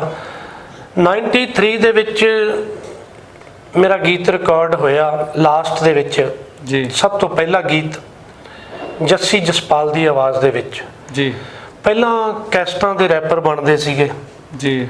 ਤੇ ਹੁਣ ਤੇ ਚਲੋ ਇੰਟਰਨੈਟ ਦਾ ਯੁੱਗ ਹੈ, ਤੁਹਾਨੂੰ ਪਤਾ, ਇੱਕ ਪੋਸਟਰ ਜਿਹਾ ਬਣਾਇਆ ਪਾਤਾ ਜੀ। ਉਸ ਰੈਪਰ ਦੇ ਉੱਤੇ ਜਦੋਂ ਕੋਈ ਨਾਮ ਛਪਦਾ ਸੀ ਉਹਦੀ ਬੜੀ ਅਹਿਮੀਅਤ ਹੁੰਦੀ ਸੀ ਜੀ। ਗੀਤਕਾਰ ਦਾ ਨਾਮ। ਬਹੁਤੀਆਂ ਟੇਪਾਂ ਨੇ ਲੋਕ ਇਹ ਪੁੱਛਦੇ ਹੁੰਦੇ ਸੀਗੇ ਕਿ ਟੇਪ ਆਈ ਹੈ, ਉਹਦੇ ਵਿੱਚ ਗੀਤ ਕਿਹਦੇ ਨੇ ਜੀ। ਪਹਿਲਾਂ ਹੀ ਪਤਾ ਲੱਗ ਜਾਂਦਾ ਸੀਗਾ ਕਿ ਜੇ ਸਰਦੂਲ ਸਿਕੰਦਰ ਸਾਹਿਬ ਦੀ ਟੇਪ ਆਈ ਹੈ ਤਾਂ ਉਹਦੇ ਵਿੱਚ ਦਵਿੰਦਰ ਖੰਨੇਵਾਲੇ ਦੇ ਗੀਤ ਹੋਣਗੇ, ਬਿਲਕੁਲ ਦੇਬੀ ਮਖਸੂਸਪੁਰੀ ਸਾਹਿਬ ਦੇ ਗੀਤ ਹੋਣਗੇ। ਕਹਿੰਦਾ ਭਾਵ ਬੜੇ ਨਾਮ ਜਿਹੜਾ ਸੀ ਬੜਾ ਮਹੱਤਵ ਰੱਖਦਾ ਸੀ ਗੀਤਕਾਰ ਦਾ ਜੀ। ਜਦੋਂ ਉਸ ਕੈਸਟ ਨੂੰ ਰਿਲੀਜ਼ ਕਰਨਾ ਸੀ, ਡਮ ਡਮ ਲੱਕ ਲੱਕ ਪ੍ਰੋਗਰਾਮ ਸੀਗਾ 94 ਦੇ ਵਿੱਚ। ATN TV ਪ੍ਰਾਈਵੇਟ ਚੈਨਲ ਪਹਿਲੀ ਵਾਰੀ ਇੰਡੀਆ 'ਚ ਕੋਈ ਚੱਲਿਆ ਸੀ ਆਪਣੇ ਪੰਜਾਬ 'ਚ, ATN। ਉਹਦਾ ਪ੍ਰੋਗਰਾਮ ਸੀਗਾ, ਵਿਸਾਖੀ ਦਾ ਪ੍ਰੋਗਰਾਮ ਸੀ, ਡਮ ਡਮ ਲੱਕ ਲੱਕ। ਕੈਟਰੈਕ ਕੰਪਨੀ ਨੇ ਉਹ ਪ੍ਰੋਗਰਾਮ ਗੌਰਵ ਤ੍ਰੇਨ ਸਾਹਿਬ ਨੇ ਰਿਲੀਜ਼ ਕਰਨਾ ਸੀ ਜੀ। ਉਹਦਾ ਜਦੋਂ ਰੈਪਰ ਬਣ ਰਿਹਾ ਸੀ ਤਾਂ ਉਹਦੇ ਵਿੱਚ ਗੀਤ ਵੱਖਰੇ ਵੱਖਰੇ ਕਲਾਕਾਰਾਂ ਦੇ ਸੀਗੇ, ਜਿਹਦੇ ਵਿੱਚ ਸਰਦੂਲ ਸਿਕੰਦਰ ਸਾਹਿਬ ਵੀ ਸੀ, ਹਰਭਜਨ ਮਾਨ ਵੀ ਸੀ, ਗੁਰਦਾਸ ਮਾਨ ਸਾਹਿਬ ਵੀ ਸੀਗੇ ਜੀ। ਜੱਸੀ ਜਸਪਾਲ ਦਾ ਵੀ ਮੇਰਾ ਲਿਖਿਆ ਗੀਤ ਸੀ ਉਹਦੇ ਵਿੱਚ ਜੀ। ਤੇ ਜਦੋਂ ਕਿਤੇ ਰੈਪਰ ਬਣਿਆ ਤੇ ਕਹਿਣ ਲੱਗੇ ਇਸ ਮੁੰਡੇ ਦਾ ਨਾਮ ਕੀ ਲਿਖੀਏ, ਤੇ ਮੈਨੂੰ ਨਹੀਂ ਪੁੱਛਿਆ, ਮੈਂ ਐਵੇਂ ਤੁਹਾਨੂੰ ਕਹਾਂ ਜੀ। ਤੇ ਬਸ ਉਹਨਾਂ ਨੂੰ ਇੰਨਾ ਪਤਾ ਲੱਗ ਗਿਆ ਕਿ ਇਹ ਮੁੰਡਾ ਵੀ ਖੰਨੇ ਤੋਂ ਹੀ ਹੈ, ਖੰਨੇ ਦਾ ਰਹਿਣ ਵਾਲਾ। ਹਾਂਜੀ, ਮੈਂ ਇਹ ਸਾਰਾ ਤਖੱਲਸ ਹੈ ਜਿਹੜਾ ਦਵਿੰਦਰ ਖੰਨੇਵਾਲਾ ਸਾਹਿਬ ਨੂੰ ਮੁੱਖ ਰੱਖ ਕੇ ਮੈਨੂੰ ਤਖੱਲਸ ਮਿਲਿਆ ਜੀ। ਤੇ ਕਹਿੰਦੇ ਇਹ ਵੀ ਖੰਨੇਵਾਲਾ ਹੀ ਹੈ ਤੇ ਉਹਦੇ ਤੇ ਲਿਖ ਦਿੱਤਾ ਬਿੱਟੂ ਖੰਨੇਵਾਲਾ। ਵਾਹ। ਮੈਨੂੰ ਨਹੀਂ ਪਤਾ ਤੁਹਾਡੇ ਨੌਲੇਜ ਤੋਂ ਕਿਹੜਾ ਫਰਿਸ਼ਤਾ ਸੀ ਜਿਹਨੇ ਉਹ ਕਿਹਾ ਸੀ ਉਹਨਾਂ ਦੇ ਵਿੱਚੋਂ। ਵਾਹ। ਤੇ ਕਿੰਨੇ ਉਹ ਅੱਖਰ ਲਿਖੇ ਸੀ ਤੇ ਬਿੱਟੂ ਖੰਨੇਵਾਲਾ। ਔਰ ਤੁਹਾਡੇ ਇਸ ਆਨਸਰ ਦੇ ਵਿੱਚੋਂ ਇੱਕ ਗੱਲ ਹੋਰ ਕਲੀਅਰ ਹੋ ਗਈ ਕਿ ਗਾਇਕ ਬਣਨ ਤੋਂ ਪਹਿਲਾਂ ਤੁਸੀਂ ਗੀਤਕਾਰ ਬਣੇ। ਹਾਂਜੀ, ਮੈਂ ਐਜ਼ ਏ ਗੀਤਕਾਰ ਬਹੁਤ ਲੰਬਾ ਸਮਾਂ ਸੇਵਾ ਕੀਤੀ ਹੈ ਆਪਣੇ ਸਰੋਤਿਆਂ ਦੀ। ਫਿਰ ਆਪਾਂ ਉਸੇ ਸਵਾਲ ਤੇ ਆਉਂਦੇ ਹਾਂ ਜੀ ਕਿ ਗੀਤਕਾਰੀ ਦਾ ਸ਼ੌਂਕ ਫਿਰ ਕਿਹੜੀ ਉਮਰ 'ਚ ਪਹਿਲਾਂ? ਹਾਂ, ਗੀਤਕਾਰੀ ਦਾ ਸ਼ੌਂਕ ਕਦੋਂ ਮਾਰੀਆਂ? ਕਹਿ ਦਿੰਦਾ ਬੰਦਾ ਬਚਪਨ 'ਚ, ਨਹੀਂ ਪੜ੍ਹਨ ਵੇਲੇ ਜੀ। ਪਿੰਡ ਦੇ ਵਿੱਚ ਜਦੋਂ ਵੀ ਕੋਈ ਗੁਰਪੁਰਬ ਹੁੰਦਾ ਜੀ, ਗੁਰਪੁਰਬ ਤੇ ਸਾਡੇ ਰਾਤ ਨੂੰ ਦੀਵਾਨ ਲੱਗਦੇ ਸੀ ਗੁਰਦੁਆਰਿਆਂ 'ਚ ਜੀ। ਗੁਰੂ ਨਾਨਕ ਸਾਹਿਬ ਦਾ ਪ੍ਰਕਾਸ਼ ਪੁਰਬ ਜਾਂ 10ਵੇਂ ਪਾਤਸ਼ਾਹ ਗੁਰੂ ਗੋਬਿੰਦ ਸਿੰਘ ਸਾਹਿਬ ਦਾ ਪ੍ਰਕਾਸ਼ ਪੁਰਬ ਹੋਣਾ, ਵਿਸਾਖੀ ਨੂੰ, ਇਸ ਤਰ੍ਹਾਂ ਉੱਥੇ ਫਿਰ ਨਗਰ ਕੀਰਤਨ ਨਿਕਲਦੇ ਸੀ। ਉਹ ਉਦੋਂ ਪਿੰਡਾਂ ਦੇ ਵਿੱਚ ਲੋਕ ਨਗਰ ਕੀਰਤਨ ਨੂੰ ਜਲੂਸ ਕਹਿੰਦੇ ਸੀ ਜੀ। ਤੇ ਸ਼ੌਕ ਸੀਗਾ ਕਿਸੇ ਨਾ ਕਿਸੇ ਢਾਡੀ ਦਾ, ਕਿਸੇ ਕਲਾਕਾਰ ਦਾ ਕੋਈ ਗੀਤ, ਉੱਥੇ ਧਾਰਮਿਕ ਗੀਤ ਗਾਉਣਾ। ਫਿਰ ਮੇਰੇ ਮਨ 'ਚ ਇੱਕ ਪ੍ਰਬਲ ਇੱਛਾ ਹੁੰਦੀ ਸੀ ਵੀ ਪਿੱਛੇ ਜਿਹੜਾ ਨਾਮ ਆਉਂਦਾ ਹੈ ਉਹ ਕਿਹਦਾ ਹੁੰਦਾ ਹੈ। ਪਤਾ ਕੀਤਾ ਵੀ ਇਹ ਜਿਹੜਾ ਲਿਖਣ ਵਾਲਾ ਉਹਦਾ ਨਾਮ ਆ। ਤੇ ਫਿਰ ਇੱਕ ਦਿਲ ਦੇ ਵਿੱਚ ਤਮੰਨਾ ਜਾਗੀ ਵੀ ਜੋ ਕੁਝ ਵੀ ਗਾਉਣਾ ਅੱਜ ਤੋਂ ਬਾਅਦ ਉਹ ਆਪਣਾ ਲਿਖ ਕੇ ਗਾਉਣਾ। ਵਾਹ। ਤੇ ਮੈਂ ਆਪਣੇ ਸਕੂਲ ਦੀਆਂ ਸਭਾਵਾਂ ਦੇ ਵਿੱਚ ਵੀ, ਨਗਰ ਕੀਰਤਨ ਦੇ ਵਿੱਚ ਵੀ ਫਿਰ ਸਭ ਤੋਂ ਪਹਿਲਾਂ ਧਾਰਮਿਕ ਗੀਤ ਲਿਖ ਕੇ ਗਾਉਣੇ ਸ਼ੁਰੂ ਕੀਤੇ ਸੀ ਆਪਣੀ। ਮੈਂ ਕਹਿ ਸਕਦੇ 8ਵੀਂ 9ਵੀਂ ਕਲਾਸ 'ਚ? ਨਹੀਂ, ਮੇਰਾ ਸਕੂਲ ਮਿਡਲ ਸਕੂਲ ਹੀ ਸੀਗਾ ਪਿੰਡ ਦਾ। 6ਵੀਂ 7ਵੀਂ ਕਲਾਸ 6ਵੀਂ 7ਵੀਂ 'ਚ ਲਿਖਣਾ ਸ਼ੁਰੂ ਕਰਤਾ? 12 13 ਸਾਲ, 13 14 ਸਾਲ ਦੀ ਉਮਰ 'ਚ। ਕੀ ਬਾਤ ਹੈ। ਉਹਦੀ ਮੈਂ ਤੁਹਾਨੂੰ ਇੱਕ ਬੜੀ ਖੂਬਸੂਰਤ ਇੱਕ ਗੱਲ ਦੱਸਦਾ। 6ਵੀਂ 7ਵੀਂ 'ਚ ਇੱਕ ਮੈਂ ਗੀਤ ਲਿਖਿਆ ਸੀ, ਬਚ ਬਚ ਕੇ ਚੱਲ ਬੀਬਾ ਆ ਗਿਆ ਕਲਯੁਗ ਬੁਰਾ ਜ਼ਮਾਨਾ। ਉਹ ਮੇਰੀ ਜ਼ਿੰਦਗੀ ਦੇ ਸਭ ਤੋਂ ਪਹਿਲੇ ਆਰਟੀਕਲ ਦੇ ਵਿੱਚ ਛਪਿਆ ਸੀ ਅਜੀਤ ਅਖਬਾਰ ਦੇ ਵਿੱਚ ਜੀ। ਉਹਨੂੰ ਛਾਪਣ ਵਾਲੇ ਭੂਸ਼ਣ ਸੂਦ ਸਾਹਿਬ ਸਨ ਜੀ। ਤਕਰੀਬਨ ਮੇਰਾ ਖਿਆਲ ਹੈ 94 ਜਾਂ 95 'ਚ ਇਹ 95 ਦੇ ਕਰੀਬ ਛਪ ਗਿਆ ਸੀ ਜੀ। ਉਹਦਾ ਸੀਗਾ, ਨੂੰਹ ਸੱਸ ਦੀ ਬਣਦੀ ਨਾ, ਲੜ ਪਏ ਸਹੁਰਿਆਂ ਨਾਲ ਜਵਾਈ, ਪਿਓ ਪੁੱਤ ਦੀ ਬਣਦੀ ਨਾ, ਲੜ ਪਏ ਭੈਣਾਂ ਦੇ ਨਾਲ ਭਾਈ, ਜਿਹੜੇ ਮਿੱਤਰ ਪਿਆਰੇ ਸੀ ਵਾਹੁੰਦੇ ਹੱਥੀਂ ਫੜ ਕਿਰਪਾਨਾਂ, ਬਚ ਬਚ ਕੇ ਚੱਲ ਬੀਬਾ ਆ ਗਿਆ ਕਲਯੁਗ ਬੁਰਾ ਜ਼ਮਾਨਾ। ਮੈਂ ਉਦੋਂ 6ਵੀਂ 7ਵੀਂ ਸੀ ਜਦੋਂ ਇਹ ਗੀਤ ਲਿਖਿਆ ਜੀ। ਉਸ ਮੇਰੇ ਆਰਟੀਕਲ 'ਚ ਵੀ, ਅਖਬਾਰ 'ਚ ਵੀ ਇਹ ਗੱਲ ਲਿਖੀ ਹੋਈ ਹੈ ਕਿ ਮੈਂ 7ਵੀਂ 'ਚ ਆ ਗੀਤ ਲਿਖਿਆ ਜੀ। ਪਰ ਮੇਰੇ ਉਹ ਗੀਤ ਲਿਖੇ ਜਾਣ ਤੋਂ 25 ਸਾਲ ਬਾਅਦ ਜੱਜੀ ਬੈਂਸ ਸਾਹਿਬ ਨੇ ਉਹ ਗੀਤ ਗਾਇਆ। ਮੈਨੂੰ ਨਹੀਂ ਪਤਾ ਉਹ ਰਾਈਟਰ ਸਾਹਿਬ ਕੌਣ ਨੇ, ਉਹਨਾਂ ਨੇ ਕਿੱਥੋਂ ਲਿਆ ਜਾਂ ਮੇਰੇ ਅਖਬਾਰ ਦੇ ਪੰਨੇ ਤੋਂ ਕਿੱਥੋਂ ਲੈ ਲਿਆ ਹੋਣਾ, ਤੇ ਮੈਂ ਇਹਦੇ ਲਈ ਉਦੋਂ ਉਹਨਾਂ ਨੂੰ ਮੁਬਾਰਕ ਵੀ ਦਿੱਤੀ। ਕੀ ਬਾਤ ਹੈ। ਤੇ ਉਹਨਾਂ ਰਾਈਟਰ ਦਾ ਨਾਮ ਨਹੀਂ ਲਿਆ ਕਿਸੇ ਦਾ ਵੀ? ਨਹੀਂ, ਨਾਮ ਲਿਆ ਸੀ ਕੋਈ, ਮੇਰਾ ਖਿਆਲ ਹੈ ਬਾਹਰੋਂ ਸੀ ਕੋਈ, ਕਾਲਾ ਸ਼ਾਇਦ ਜਾਂ ਕੌਣ। ਮੈਂ ਉਹਦਾ ਨਾਮ, ਮੈਂ ਗੀਤ, ਮੈਨੂੰ ਇੰਨੀ ਖੁਸ਼ੀ ਸੀ ਕਿ ਇਹ ਸੋਚ ਜਿਹੜੀ ਹੈ 25 ਸਾਲ ਪਹਿਲਾਂ ਹੀ ਮੇਰੇ ਅੰਦਰ ਸੀ। ਮੈਨੂੰ ਚਾਅ ਚੜਿਆ ਸੀ, ਮੈਨੂੰ ਕੋਈ ਗਿਲਾ ਨਹੀਂ, ਮੈਨੂੰ ਚਾਅ ਚੜਿਆ ਸੀ। ਸੇਮ ਹੀ ਤੁਹਾਡੀ ਉਹ ਸਥਾਈ ਮੇਰੇ ਖਿਆਲ? ਹਾਂਜੀ, ਸੇਮ ਹੈ ਜੀ। ਠੀਕ ਹੈ ਜੀ। ਅੱਛਾ, ਗੀਤਕਾਰੀ ਦਾ ਸਕੂਲ ਟਾਈਮ ਤੋਂ ਤੁਹਾਨੂੰ ਸ਼ੌਕ ਪੈ ਗਿਆ? ਜੀ ਬਿਲਕੁਲ। ਫਿਰ ਪਹਿਲਾ ਗੀਤ ਜਿਵੇਂ ਤੁਸੀਂ ਦੱਸਿਆ ਤੁਹਾਡਾ ਰਿਕਾਰਡ ਹੋਇਆ ਨਵੇਂ ਸਾਲ ਦੇ ਪ੍ਰੋਗਰਾਮ ਦੇ ਵਿੱਚ? ਨਵੇਂ ਸਾਲ ਨਹੀਂ, ਵਿਸਾਖੀ ਤੇ ਹੋਇਆ ਸੀਗਾ, ਵਿਸਾਖੀ ਦੇ ਪ੍ਰੋਗਰਾਮ, ਜੱਸੀ ਜਸਪਾਲ ਦੀ ਆਵਾਜ਼। ਜੀ ਜੀ। ਉਹਦੇ ਬਾਅਦ ਫਿਰ ਹੋਰ ਕਿਹੜੇ ਕਿਹੜੇ ਗਾਇਕ ਜਿਨ੍ਹਾਂ ਨੇ ਤੁਹਾਡੇ ਗੀਤ ਗਾਏ? ਕਿਹੜੇ ਕਿਹੜੇ ਚਰਚਿਤ ਗੀਤ ਤੁਹਾਡੇ? ਗੀਤ ਤਾਂ ਬਹੁਤ ਲੰਬੀ ਲਾਈਨ ਹੈ ਜੀ। ਤਕਰੀਬਨ 400 ਤੋਂ ਉੱਤੇ ਗੀਤ ਮੇਰੇ ਤੋਂ ਬਿਨਾ ਹੋਰ ਕਲਾਕਾਰਾਂ ਨੇ ਗਾਇਆ। ਵਾਹ। ਜਿਨ੍ਹਾਂ ਦੇ ਵਿੱਚ ਮੁੱਖ ਤੌਰ ਤੇ ਸਭ ਤੋਂ ਪਹਿਲਾ ਗੀਤ ਮੇਰਾ ਜੱਸੀ ਜਸਪਾਲ ਨੇ ਗਾਇਆ। ਮੇਰੇ ਥੋੜੇ ਨਹੀਂ, ਉਹਨੇ ਬਹੁਤ ਗੀਤ ਗਾਏ ਹੈ ਜੀ। 7 ਟੇਪਾਂ ਤਕਰੀਬਨ ਅਸੀਂ ਇਕੱਠਿਆਂ ਨੇ ਰਲ ਕੇ ਰਿਕਾਰਡ ਕੀਤੀਆਂ, ਤੇ ਉਹਨਾਂ ਟੇਪਾਂ ਦੇ ਵਿੱਚ ਅਕਸਰ ਮੇਰੇ ਗੀਤ, ਕੀ ਸਾਰੀ ਟੇਪ ਦੀ ਚੋਣ ਵੀ ਤਕਰੀਬਨ ਮੇਰੀ ਹੀ ਹੁੰਦੀ ਸੀ ਜੀ ਅਕਸਰ। ਤੇ ਉਹਨਾਂ ਨੇ ਗਾਏ। ਦੁਰਗਾ ਰੰਗੀਲਾ ਜੀ ਨੂੰ ਮੈਂ ਉਹ ਗੀਤ ਰਿਕਾਰਡ ਹੋਣ ਤੋਂ ਪਹਿਲਾਂ ਮਿਲਿਆ ਸੀ ਜੀ। ਜੇ ਮੈਂ ਅੱਜ ਤੱਕ ਸਿਰਫ ਕਿਸੇ ਕੋਲ ਗੀਤ ਲੈ ਕੇ ਗਿਆ ਜੀ ਤਾਂ ਸਿਰਫ ਜ਼ਿੰਦਗੀ 'ਚ ਇੱਕ ਵਾਰ ਉਹ ਗਾਇਕ ਸੀ ਦੁਰਗਾ ਰੰਗੀਲਾ। ਵਾਹ। ਪਰ ਉਸ ਤੋਂ ਪਹਿਲਾਂ ਮੇਰਾ ਗੀਤ ਜੱਸੀ ਜਸਪਾਲ ਦੀ ਆਵਾਜ਼ 'ਚ ਰਿਕਾਰਡ ਹੋ ਗਿਆ ਸੀ। ਉਹਨਾਂ ਨੇ ਮੇਰਾ, ਫਿਰ ਦੁਰਗਾ ਰੰਗੀਲਾ ਜੀ ਨੇ ਇੱਕੋ ਹੀ ਗੀਤ ਗਾਇਆ ਸੀਗਾ ਜੀ। ਤੇ ਕੁਝ ਕਾਰਨਾਂ ਕਰਕੇ ਮੇਰੇ ਰਾਜੀ ਸਲਾਣੇ ਵਾਲਾ ਮੇਰੇ ਗੁਰਭਾਈ ਸੀਗੇ ਜੀ, ਉਹਨਾਂ ਦੀ ਸਿਸਟਰ ਜੀ, ਜਿਹੜੀ ਚਾਚਾ ਜੀ ਦੀ ਬੇਟੀ ਜੀ, ਦੁਰਗਾ ਰੰਗੀਲਾ ਸਾਹਿਬ ਨਾਲ ਮੈਰਿਡ ਸੀ ਜੀ। ਉਹਨਾਂ ਦਾ ਆਪਸੀ ਕਿਸੇ ਕਾਰਨ ਕੋਈ ਮਾੜਾ ਮੋਟਾ ਡਿਸਪਿਊਟ ਹੋ ਗਿਆ ਜੀ। ਮੈਂ ਆਪਣੇ ਗੁਰਭਾਈ ਦੀ ਪੱਗ ਦਾ ਰਿਸ਼ਤਾ ਨਿਭਾਉਂਦੇ ਹੋਏ ਜੀ ਮੈਂ ਦੁਰਗੇ ਨੂੰ ਕਹਿਤਾ ਸੀ ਅੱਜ ਤੋਂ ਬਾਅਦ ਮੇਰਾ ਕੋਈ ਗੀਤ ਰਿਕਾਰਡ ਨਹੀਂ ਕਰਾਉਣਾ ਤੂੰ। ਵਾਹ ਜੀ ਜੀ, ਕੀ ਬਾਤ ਹੈ। ਅੱਛਾ, ਗੀਤਕਾਰੀ ਦੇ ਵਿੱਚ ਫਿਰ ਤੁਸੀਂ ਬਕਾਇਦਾ ਗੁਰੂ ਵੀ ਬਣਾਇਆ ਜੀ? ਕਿਸੇ ਨੂੰ ਸਿੱਖਿਆ ਵੀ? ਹਾਂਜੀ ਬਿਲਕੁਲ ਜੀ। ਮੈਂ ਖੰਨੇ ਆਉਣ ਤੋਂ ਬਾਅਦ ਗਾਇਕੀ ਦੇ ਬਾਬਾ ਬੋੜ ਜੀ, ਜਨਾਬ ਸਰਦੂਲ ਸਿਕੰਦਰ ਸਾਹਿਬ, ਉਹਨਾਂ ਦੇ ਘਰ ਵੈਸੇ ਹੀ ਮਿਲਣ ਜਾਂਦਾ ਹੁੰਦਾ ਸੀਗਾ ਜੀ। ਸ਼ੌਕ ਸੀ ਲੋਕਲ ਹੋਣ ਕਰਕੇ ਜੀ, ਉਹਨਾਂ ਦੇ ਘਰ ਚਲੇ ਜਾਣਾ ਜੀ। ਉਹਨਾਂ ਦੇ ਸੈਕਟਰੀ ਸਾਹਿਬ ਹੁੰਦੇ ਸੀ ਤਾਜ ਮੁਹੰਮਦ ਜੀ ਜੀ। ਉਹਨਾਂ ਕੋਲ ਬੈਠੇ ਰਹਿਣਾ, ਗੱਲਾਂ ਬਾਤਾਂ ਕਰੇ ਹੋਣੀਆਂ। ਕੋਸ਼ਿਸ਼ ਹੁੰਦੀ ਸੀ ਕਿਤੇ ਸਿਕੰਦਰ ਸਾਹਿਬ ਦੇ ਦਰਸ਼ਨ ਹੋ ਜਾਣ, ਬਸ ਗੋਡੀ ਹੱਥ ਲਾ ਕੇ ਮੁੜੇ ਆਉਣਾ, ਚਾਹ ਪੀ ਕੇ ਮੁੜੇ ਆਉਣਾ। ਉੱਥੇ ਮੈਨੂੰ ਇੱਕ ਫਕਰ ਰੂਹ, ਜਿਹਨੂੰ ਇੱਕ ਮੈਂ ਜਿਉਂਦਾ ਜਾਗਦਾ ਫਕੀਰ ਕਹਿ ਸਕਦਾ ਜੀ, ਮੇਰੇ ਮੇਰੇ ਉਸਤਾਦ ਸੁਰਮੁਖ ਭੁੱਲਰ ਸਾਹਿਬ ਮਿਲੇ ਮੈਨੂੰ। ਉਹਨਾਂ ਦੇ ਦਰਸ਼ਨ ਹੋਏ। ਉਹਨਾਂ ਨੂੰ ਮੈਂ ਦਿਲ ਤੋਂ ਇੱਛਾ ਸੀ ਮੇਰੀ ਕਿ ਮੈਂ ਇਹਨਾਂ ਨੂੰ ਉਸਤਾਦ ਬਣਾਉਣਾ ਜੀ, ਪਰ ਉਹ ਐਵੇਂ ਦੀ ਰੂਹ ਸਨ ਕਿ ਉਹਨਾਂ ਦਾ ਉਸ ਤੋਂ ਪਹਿਲਾਂ ਇੱਕੋ ਹੀ ਸ਼ਾਗਿਰਦ ਸੀ, ਰਾਜੀ ਸਲਾਣੇ ਵਾਲਾ ਜੀ, ਤੇ ਮੈਨੂੰ ਤਾਜ ਮੁਹੰਮਦ ਨੇ ਕਹਿਣਾ, ਇਹ ਬਾਬੇ ਨਾਲ ਗੱਲ ਕੌਣ ਕਰੂ, ਔਖਾ ਕੰਮ ਹੈ, ਇਹ ਨਹੀਂ ਹੱਥ ਲਵਾਉਂਦਾ ਜੀ। ਮੈਂ ਕਿਹਾ ਜੀ ਚਲੋ। ਉਹਨਾਂ ਦੀਆਂ ਬੈਠਿਆਂ ਮੇਰੇ ਨਾਲ ਵੀ ਵਿਚਾਰਾਂ ਹੁੰਦੀਆਂ ਰਹਿਣੀਆਂ। ਮੈਂ ਉਹਨਾਂ ਨੇ ਕਹਿਣਾ, ਇੱਕ ਦਿਨ ਬਾਈ ਚਾਂਸ ਕਿਹਾ ਕੁਝ ਸੁਣਾ। ਮੈਂ ਉਹਨਾਂ ਨੂੰ ਸੁਣਾਇਆ ਕੁਛ। ਉਹਨਾਂ ਨੇ ਮੈਨੂੰ 1-2 ਲਾਈਨਾਂ ਦਿੱਤੀਆਂ, ਚੰਗਾ ਗੀਤ ਪੂਰਾ ਕਰਕੇ ਲੈ ਕੇ ਆਈ। ਪਤਾ ਨਹੀਂ ਕਿਵੇਂ ਪਰਮਾਤਮਾ ਉਹਨਾਂ ਦੀ ਵਿੱਚ ਆਪ ਪ੍ਰਵੇਸ਼ ਕਰਕੇ ਗੱਲ ਕਹਾ ਰਿਹਾ ਸੀ। ਮੈਂ ਉਹ ਗੀਤ ਪੂਰਾ ਕਰਕੇ ਅਗਲੇ ਦਿਨ ਹੀ ਲੈ ਗਿਆ। ਉਹ ਪੜਿਆ, ਮੈਨੂੰ ਸ਼ਾਬਾਸ਼ ਦਿੱਤੀ, ਫਿਰ ਹੋਰ ਦਿੱਤਾ, ਫਿਰ ਹੋਰ ਗੀਤ ਦਿੱਤਾ ਜੀ। ਪੂਰਾ ਇਮਤਿਹਾਨ ਲਿਆ ਤੁਹਾਡਾ? ਪੂਰੇ ਇਮਤਿਹਾਨ। ਤੇ ਇਹ ਮੇਰੇ ਵਾਸਤੇ ਖੁਸ਼ ਨਸੀਬੀ ਸੀ। ਮੈਨੂੰ ਉਹਨਾਂ ਨੇ ਕਿਹਾ ਵੀ ਮੈਂ ਤੈਨੂੰ ਆਪਣਾ ਸ਼ਾਗਿਰਦ ਪਾਉਣਾ।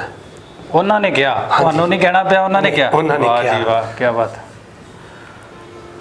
ਉਹ ਘੜੀ ਯਾਦ ਕਰਕੇ ਮੇਰਾ ਹੁਣ ਵੀ ਤਕਰੀਬਨ ਗੱਚ ਜਿਹਾ ਭਰ ਗਿਆ। ਇਮੋਸ਼ਨਲ ਹੋ ਜਾਂਦਾ। ਹਾਂਜੀ। ਕੀ ਬਾਤ ਹੈ, ਕੀ ਬਾਤ। ਬਹੁਤ ਵਧੀਆ ਤਰੀਕੇ ਦੇ ਨਾਲ ਗੀਤਕਾਰੀ ਦੇ ਵਿੱਚ ਵੀ ਉਸਤਾਦੀ ਸ਼ਾਗਿਰਦੀ ਕਰਕੇ ਬਕਾਇਦਾ ਤੁਸੀਂ ਤੇ ਗੀਤ ਰਚੇ। ਔਰ ਹੋਰ ਕਿਹੜੇ ਜਿਹੜੇ ਗਾਇਕ ਨੇ ਜਿਨ੍ਹਾਂ ਨੇ ਤੁਹਾਡੇ ਗੀਤ ਗਾਏ?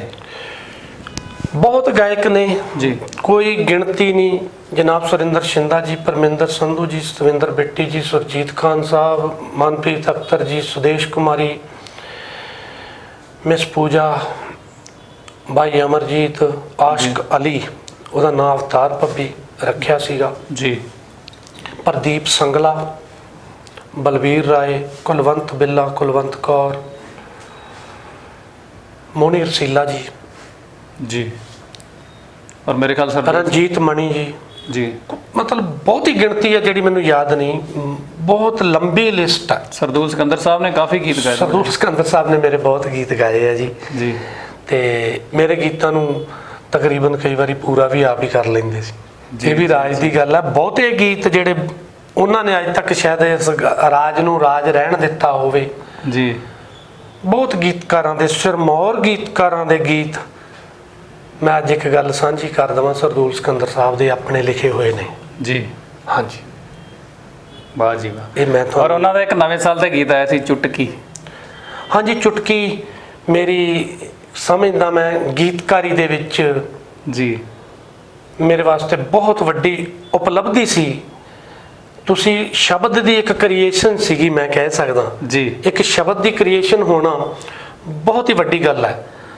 ਤਾੜੀ, ਗਿੱਧਾ, ਜੀ ਜੀ ਜੀ, ਠੀਕ ਹੈ ਜੀ, ਬਹੁਤ ਬੜਕ, ਬਹੁਤ ਕੁਝ ਲਿਖਿਆ ਗਿਆ ਜੀ। ਝੂਮਰ। ਪਰ ਚੁਟਕੀ ਇੱਕ ਐਵੇਂ ਦੀ ਚੀਜ਼ ਹੈ ਜਿਹੜੀ ਅਕਸਰ ਵੱਜਦੀ ਹੈ ਜੇ ਕੋਈ ਨੱਚਦਾ ਹੁੰਦਾ। ਉਹ ਮੇਰੇ ਮਨ 'ਚ ਸੀਗੀ। ਇਹ ਚੁਟਕੀ ਨੂੰ ਮੈਂ ਸ਼ਬਦਾਂ 'ਚ ਫੀਮੇਲ ਵੱਲੋਂ ਲਿਖਿਆ ਸੀਗਾ ਜੀ। ਫੀਮੇਲ ਵੱਲੋਂ ਲਿਖਿਆ। ਤੇ ਸਰਦੂਲ ਭਾਜੀ ਨੇ ਇਹ ਗੱਲ ਕਹੀ ਸੀ ਕਿ ਇਹ ਗੀਤ ਜੇ ਕਿਤੇ ਕੁੜੀ ਚੁਟਕੀ ਬਹੁਤ ਘੱਟ ਮਾਰਦੀ ਹੈ, ਜੇ ਕੁੜੀ ਦੀ ਚੁਟਕੀ ਲਿਖੀ ਜਾਵੇ ਜੀ, ਤੇ ਸਵਾਦ ਹੀ ਵੱਖਰਾ ਹੈ। ਇਸ ਗੀਤ ਨੂੰ ਫਿਰ ਇਸ ਗੀਤ ਤੇ ਬੜੀ ਹਿਸਟਰੀ ਹੈ ਜੀ। ਇਸ ਗੀਤ ਲਈ ਸਰਦੂਲ ਸਿਕੰਦਰ ਸਾਹਿਬ ਨੇ ਜਦੋਂ ਤਿਆਰ ਕੀਤਾ, ਗਾਇਕੀ ਦੇ ਬਾਬਾ ਬੋੜ ਗੁਰਦਾਸ ਮਾਨ ਸਾਹਿਬ ਨੂੰ ਸੁਣਾਇਆ ਰਿਕਾਰਡ ਹੋਣ ਤੋਂ ਪਹਿਲਾਂ। ਵਾਹ। ਤੇ ਉਹਨਾਂ ਨੇ ਵੀ ਕਿਹਾ ਵੀ ਗੀਤ ਬੜਾ ਅੱਛਾ ਹੈ, ਵੀ ਇਹ ਕਿਹਦਾ ਹੈ। ਸਰਦੂਲ ਭਾਜੀ ਨੇ ਕਿਹਾ ਵੀ ਮੈਂ ਇਹ ਰਿਕਾਰਡ ਕਰਵਾ ਦਿੱਤਾ ਨਵੇਂ ਸਾਲ ਤੇ। ਮਲਕੀਤ ਭਾਜੀ ਨੂੰ ਸੁਣਾਇਆ ਗਿਆ, ਉਹਨਾਂ ਨੇ ਵੀ। ਜਦੋਂ ਨਵੇਂ ਸਾਲ ਤੇ ਰਿਕਾਰਡ ਹੋਇਆ ਤੇ ਦੂਰਦਰਸ਼ਨ ਦੇ ਪ੍ਰੋਗਰਾਮ ਅਕਸਰ ਸ਼ਮਸ਼ੇਰ ਸੰਧੂ ਸਾਹਿਬ ਜੀ ਟੀ ਸੀਰੀਜ਼ ਵਾਸਤੇ ਰਿਕਾਰਡ ਕਰਿਆ ਕਰਦੇ ਸੀ। ਉਹਨਾਂ ਨੂੰ ਵੀ ਇਹ ਗੀਤ ਬਹੁਤ ਅੱਛਾ ਲੱਗਿਆ ਸੀਗਾ। ਵਾਹ। ਅੱਛਾ ਲੱਗਿਆ ਸੀ ਤੇ ਇਹੀ ਕਾਰਨ ਹੈ ਉਹਨਾਂ ਨੇ ਫਿਰ ਬਿੱਟੀ ਦੀ ਆਵਾਜ਼ 'ਚ ਇੱਕ ਚੁਟਕੀ ਲਿਖੀ, ਮੈਨੂੰ ਚੁਟਕੀ ਦੇ ਨਾਲ ਬੁਲਾਉਂਦਾ ਨਹੀਂ ਇੱਕ ਗੱਭਰੂ ਹਾਣ ਦਾ। ਚੁਟਕੀ ਤੀਜੀ ਵਾਰੀ ਨਹੀਂ ਲਿਖੀ ਗਈ ਅਜੇ ਤੱਕ, 2 ਹੀ ਚੁਟਕੀਆਂ ਲਿਖੀਆਂ, ਜਿਨ੍ਹਾਂ 'ਚ ਪਹਿਲੀ ਚੁਟਕੀ, ਇਸ ਚੁਟਕੀ ਦੀ ਇੱਕ ਬੜੀ ਹੋਰ ਕਹਾਣੀ ਬੜੀ ਅਜੀਬ ਹੈ। ਹਾਂਜੀ ਮਹਾਨ ਸੰਗੀਤਕਾਰ ਜੀ ਜਨਾਬ ਚਰਨਜੀਤ ਅਹੂਜਾ ਸਾਹਿਬ ਜੀ, ਮੈਂ ਉਹਨਾਂ ਕੋਲ ਦਿੱਲੀ ਗਿਆ ਤੇ ਮੈਂ ਉਹਨਾਂ ਨੂੰ ਕਿਹਾ ਵੀ ਗੁਰੂ ਜੀ ਇੱਕ ਬਹੁਤ ਵਧੀਆ ਚੀਜ਼ ਔਰ ਨਵੀਂ ਚੀਜ਼ ਲਿਖੀ ਹੈ। ਕਹਿੰਦੇ ਕੀ? ਮੈਂ ਕਿਹਾ ਜੀ ਮੈਂ ਚੁਟਕੀ ਲਿਖੀ ਹੈ। ਤੇ ਮੈਨੂੰ ਕਹਿੰਦੇ ਆਹ ਚੁਟਕੀ? ਮੈਂ ਕਿਹਾ ਜੀ ਨਹੀਂ, ਆਹ ਚੁਟਕੀ। ਫਿਰ ਮੈਨੂੰ ਕਹਿੰਦੇ ਸੁਣਾ। ਅੱਛਾ ਜੀ, ਵੱਡੀ ਗੱਲ ਹੀ ਕਹਿਣ ਲੱਗਿਆ, ਮੈਂ ਸੁਣਾ ਕੇ ਨਹੀਂ ਸੀ ਆਇਆ। ਫਿਰ ਉਹਦੇ ਇਲਾਵਾ ਹੋਰ ਵੀ ਬਹੁਤ ਸਾਰੇ ਗੀਤ ਸਰਦੂਲ ਜੀ ਨੇ ਜਿਹੜੇ ਉਹ ਤੁਹਾਡੇ ਰਿਕਾਰਡ ਕੀਤੇ ਔਰ ਸੁਪਰ ਹਿੱਟ ਹੋਏ। ਹਾਂਜੀ, ਬਹੁਤ ਗੀਤ ਵਧੀਆ, ਜੀ ਉਹਨਾਂ ਦੀ ਬਦੌਲਤ ਹੀ ਸ਼ਾਇਦ ਮੇਰਾ ਮਾੜਾ ਮੋਟਾ ਜਿਹਾ ਨਾਮ ਮਾਰਕੀਟ 'ਚ ਬਣਿਆ, ਕਿਉਂਕਿ ਜਦੋਂ ਤੁਹਾਨੂੰ ਕੋਈ ਵੱਡਾ ਬੰਦਾ ਹੱਥ ਪਾਉਂਦਾ ਹੈ ਨਾ ਜੀ, ਤੇ ਉਹਦੇ ਨਾਲ ਤੁਹਾਡਾ ਮਾਣ ਵੱਡਾ ਹੋ ਜਾਂਦਾ ਥੋੜਾ ਜਿਹਾ। ਦੋਸਤੋ ਸਾਡੇ ਨਾਲ ਨੇ ਪ੍ਰਸਿੱਧ ਗਾਇਕ ਬਿੱਟੂ ਖੰਨੇਵਾਲਾ ਜੀ, ਤੇ ਮਿਲਦੇ ਹਾਂ ਨਿੱਕੇ ਜਿਹੇ ਬ੍ਰੇਕ ਤੋਂ ਬਾਅਦ। ਬ੍ਰੇਕ ਤੋਂ ਬਾਅਦ ਤੁਹਾਡਾ ਫੇਰ ਸਵਾਗਤ ਹੈ ਜੀ, ਤੇ ਸਾਡੇ ਨਾਲ ਨੇ ਪ੍ਰਸਿੱਧ ਗੀਤਕਾਰ ਤੇ ਗਾਇਕ ਬਿੱਟੂ ਖੰਨੇਵਾਲਾ ਜੀ। ਅੱਛਾ ਬਿੱਟੂ ਭਾਜੀ, ਜਿਵੇਂ ਤੁਸੀਂ ਦੱਸਿਆ ਤੁਸੀਂ ਗੀਤਕਾਰੀ ਦੀ ਲਾਈਨ 'ਚ ਆਏ ਔਰ ਬੜੇ ਵਧੀਆ ਤਰੀਕੇ ਦੇ ਨਾਲ ਗੀਤਕਾਰੀ 'ਚ ਸਥਾਪਿਤ ਹੋ ਗਏ, ਬੜੇ ਬੜੇ ਮਹਾਨ ਗਾਇਕਾਂ ਨੇ ਤੁਹਾਡੇ ਗੀਤ ਗਾਏ ਔਰ ਬੜੇ ਸੁਪਰ ਹਿੱਟ ਹੋਏ। ਉਹਦੇ ਬਾਅਦ ਤੁਸੀਂ ਮੇਰੇ ਖਿਆਲ ਮਿਊਜ਼ਿਕ ਪ੍ਰੋਡਕਸ਼ਨ ਦੇ ਵਿੱਚ ਵੀ ਆਏ, ਕਾਫੀ ਕਲਾਕਾਰਾਂ ਨੂੰ ਤੁਸੀਂ ਪੇਸ਼ ਵੀ ਕੀਤਾ। ਹਾਂਜੀ ਹੈਪੀ ਭਾਜੀ, ਮੈਂ ਜੀ ਅਸਲ ਗੱਲ ਇਹ ਹੈ ਕੁਝ ਲੋਕ ਛੁਪਾ ਜਾਂਦੇ ਨੇ ਕੁਝ ਗੱਲਾਂ। ਜੀ ਮੇਰੀ ਦਿੱਕਤ ਇਹ ਸੀ ਕਿ ਮੈਂ ਇੱਥੇ ਮੇਰਾ ਰੋਜ਼ੀ ਰੋਟੀ ਦਾ ਵੀ ਮਸਲਾ ਸੀ। ਜੀ ਗੀਤਕਾਰੀ ਰੋਟੀ ਨਹੀਂ ਸੀ ਦੇ ਰਹੀ। ਜੀ ਗੀਤਕਾਰੀ ਤਾਂ ਮੇਰੀ ਜੇਬ ਖਾ ਰਹੀ ਸੀ। ਉਹਦਾ ਮਤਲਬ ਇਹ ਨਹੀਂ ਕਿ ਮੈਂ ਕਿਸੇ ਨੂੰ ਕੋਈ ਪੈਸੇ ਦਿੱਤੇ ਆ, ਨਹੀਂ। ਉਹਦਾ ਮਤਲਬ ਇਹ ਸੀ ਕਿ ਮੈਂ ਜਦੋਂ ਵੀ ਮੇਰੇ 'ਚ ਸੇਵਾ ਭਾਵਨਾ ਬਹੁਤ ਸੀਗੀ। ਮੈਂ ਇੱਕ ਫੈਕਟਰੀ 'ਚ ਪਹਿਲਾਂ ਜੌਬ ਕਰਦਾ ਸੀ, ਫਿਰ ਹੌਲੀ ਹੌਲੀ ਉਹ ਫੈਕਟਰੀ ਦਾ ਮੈਂ ਉਹਦੀ ਰਜ਼ਾ ਨਾਲ ਮਾਲਕ ਵੀ ਬਣਿਆ। ਜੀ ਮੇਰੀ ਫੈਕਟਰੀ ਬੜਾ ਆਉਣਾ ਜਾਣਾ ਲੱਗਿਆ ਰਹਿੰਦਾ ਸੀ ਕਲਾਕਾਰਾਂ ਦਾ। ਜੀ ਤੇ ਇੱਕ ਐਂ ਸਮਝ ਲਓ ਵੀ ਜੀਟੀ ਰੋਡ ਤੇ ਹੋਣ ਕਾਰਨ ਜੇ ਕੋਈ ਪ੍ਰੋਗਰਾਮ ਤੇ ਜਾ ਰਿਹਾ ਤਾਂ ਵਿਦ ਮਜੀਸ਼ੀਅਨ ਗੱਡੀ ਮੇਰੇ ਕੋਲ ਹੈ। ਫਿਰ ਉਹ ਸੇਵਾ ਭਾਵਨਾ ਦਿਲ ਦਿਮਾਗ 'ਚ ਹੋਣ ਕਾਰਨ ਖਰਚਾ ਤਾਂ ਹੁੰਦਾ ਹੀ ਹੈ, ਤੁਸੀਂ ਸਿਆਣੇ ਹੋ। ਇਹ ਤਾਂ ਹੈ। ਤੇ ਉਹ ਖਰਚੇ ਦਾ ਮੈਂ ਇਹ ਸੋਚਦਾ ਸੀ ਵੀ ਇਸ ਕੰਮ 'ਚੋਂ ਘੱਟੋ ਘੱਟ ਜੇ ਮੈਂ ਇਹਦੇ 'ਚੋਂ ਕਮਾਵਾਂ ਨਾ ਤੇ ਮੈਂ ਆਪਣਾ ਘਰ ਤਾਂ ਇਹਦੇ ਵਿੱਚ ਨਾ ਲਾਵਾਂ। ਜੀ ਉਸ ਕਾਰਨ ਫਿਰ ਮੈਂ ਸ਼ੁਰੂ ਕੀਤਾ ਪ੍ਰੋਡਕਸ਼ਨ ਦਾ ਕੰਮ, ਜਿਨ੍ਹਾਂ ਦੇ ਵਿੱਚ ਮੈਂ ਸਮਝ ਲਓ ਵੀ ਪਹਿਲਾਂ ਪ੍ਰੋਜੈਕਟ ਤਿਆਰ ਕਰਨਾ, ਜੀ ਫਿਰ ਉਹਨੂੰ ਕੰਪਨੀਆਂ ਨੂੰ ਸੇਲ ਕਰ ਦੇਣਾ। ਜੀ ਉਵੇਂ ਦੇ ਪ੍ਰੋਜੈਕਟ ਮੇਰਾ ਖਿਆਲ ਹੈ ਮੈਂ ਤਕਰੀਬਨ 45 ਕੁ ਪ੍ਰੋਜੈਕਟ ਕੀਤੇ ਹੋਣਗੇ। ਵਾਹ। 45 ਕੁ ਪ੍ਰੋਜੈਕਟ ਕਰਕੇ ਮੈਂ ਹੋਰ ਕੰਪਨੀਆਂ ਨੂੰ ਦਿੱਤੇ ਨੇ, ਜਿਨ੍ਹਾਂ ਕੰਪਨੀਆਂ ਦੇ ਵਿੱਚ ਵੱਡੇ ਨਾਮ ਨੇ ਮੈਗਨਾਸਾਊਂਡ, ਵੀਨਸ, HMV, ਜੀ T series, BMG Crescendo, Sony ਨਾਲ ਕੰਮ ਕਰਨਾ। ਪੰਜਾਬ ਦੀਆਂ ਤਕਰੀਬਨ ਨਾਮਵਰ ਸਾਰੀਆਂ ਕੰਪਨੀਆਂ ਨਾਲ, ਉਦੋਂ ਦੀਆਂ ਜਿਹੜੀਆਂ ਮਸ਼ਹੂਰ ਸੀ ਸਾਰੀਆਂ ਨਾਲ ਕੰਮ ਕੀਤਾ ਤੇ ਅੱਛੇ ਪੈਸੇ ਕਮਾਉਂਦੇ ਰਹੇ ਆ। ਸਵਾਦ ਪਿਆ ਉਸ ਗੱਲ ਦਾ। ਪ੍ਰੋਡਕਸ਼ਨ 'ਚ ਵੀ ਹਾਂਜੀ, ਪ੍ਰੋਡਕਸ਼ਨ 'ਚ ਬਹੁਤ ਕੁਝ ਸੀ। ਗੀਤਕਾਰੀ ਤੋਂ ਬਾਅਦ ਪ੍ਰੋਡਕਸ਼ਨ 'ਚ ਵੀ ਪੂਰੀ ਸਫਲਤਾ ਹਾਸਲ ਕੀਤੀ ਪੂਰੀ। ਇੱਕ ਨਿਸ਼ਚਾ ਰੱਖਿਆ ਹੈਪੀ ਭਾਜੀ ਮੈਂ ਕਿ ਜਿੰਨਾ ਕੁ ਲਿਖਿਆ ਬਾਈ ਚਾਂਸ ਪਹਿਲਾਂ ਹੀ ਮਨ ਐਵੇਂ ਦਾ ਸੀਗਾ, ਜੀ ਉੱਤੋਂ ਡੰਡੇ ਵਾਲਾ ਮਾਸਟਰ, ਜੀ ਗੁਰੂ, ਜੀ ਉਸਤਾਦ ਲੋਕ ਜਨਾਬ ਸੁਰਮੁਖ ਭੁੱਲਰ ਸਾਹਿਬ, ਜੀ ਐਵੇਂ ਦੇ ਮਿਲ ਕੇ ਕਿ ਹਦਾਇਤ ਸੀ ਵੀ ਜੋ ਲਿਖਣਾ ਹੈ, ਲਿਖਣ ਤੋਂ ਬਾਅਦ ਉਹਨੂੰ ਵਿਚਾਰਨਾ ਹੈ ਕਿ ਇਸ ਗੱਲ ਦਾ ਕੱਲ ਕੋਈ ਜਵਾਬ ਮੰਗੇਗਾ ਕਿ ਤੇਰੇ ਕੋਲ ਜਵਾਬ ਹੋਣਾ ਚਾਹੀਦਾ, ਹਰ ਸ਼ਬਦ ਦਾ, ਹਰ ਗੱਲ ਦਾ ਮਤਲਬ ਹੋਣਾ ਚਾਹੀਦਾ। ਉਹਦੇ ਲਈ ਬਕਾਇਦਾ ਉਹਨਾਂ ਨੇ ਸਮਝ ਲਓ ਵੀ ਮੈਨੂੰ ਇਹ ਕਹਿੰਦੇ ਨੂੰ ਕੋਈ ਸ਼ਰਮ ਨਹੀਂ। ਮੈਂ ਥੋੜੇ ਜਿਹੇ ਸਾਲ, ਹੁਣ ਵੀ ਪਹਿਲਾਂ ਥੋੜੇ ਜਿਹੇ ਸਾਲ, ਕੋਈ ਬਹੁਤਾ ਟਾਈਮ ਨਹੀਂ ਹੋਇਆ, ਜੀ ਮੈਨੂੰ ਉਹਨਾਂ ਨੇ ਮੇਰੀ ਥਪੜਾਈ ਕਰ ਦਿੱਤੀ ਸੀ।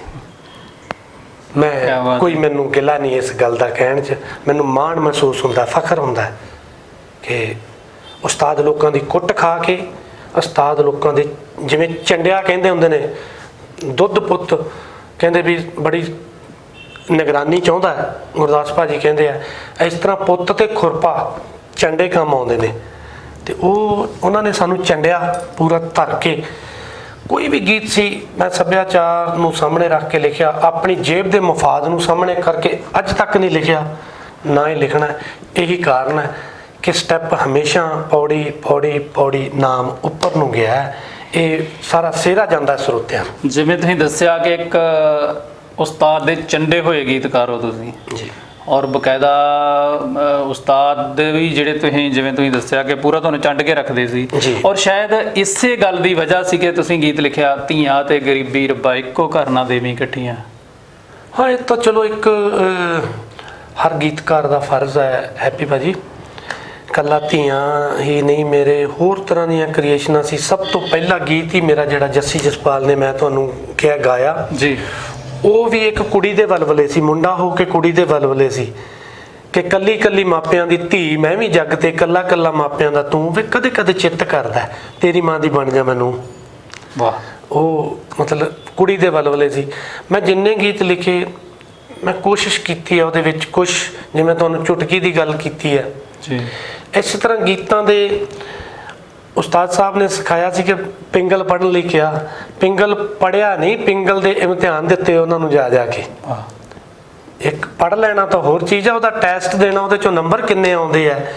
ਉਹਨਾਂ ਨੇ ਇੱਕ ਇੱਕ ਚੀਜ਼ ਦੱਸੀ ਹੈ। ਮੀਟਰ ਕੀ ਹੁੰਦਾ ਹੈ, ਹਾਂਜੀ, ਗਣ ਕੀ ਹੁੰਦੇ ਨੇ, ਹਾਂਜੀ, ਉਹਦੇ ਵਿੱਚ ਰੱਬ ਤੁਹਾਡਾ ਭਲਾ ਕਰੇ, ਲਘੂ ਸ਼ਬਦ ਕਿੱਥੇ ਲਾਉਣਾ ਹੈ, ਗੁਰੂ ਸ਼ਬਦ ਕਿੱਥੇ ਲੱਗਣਾ ਹੈ, ਕਿਹੜੀ ਵਿਰਾਗ ਦਾ ਗੀਤ ਹੈ ਉਹਦੇ ਵਿੱਚ ਕਿਹੜੇ ਸ਼ਬਦ ਯੂਜ਼ ਹੋ ਸਕਦੇ ਨੇ ਕਿਹੜੇ ਨਹੀਂ।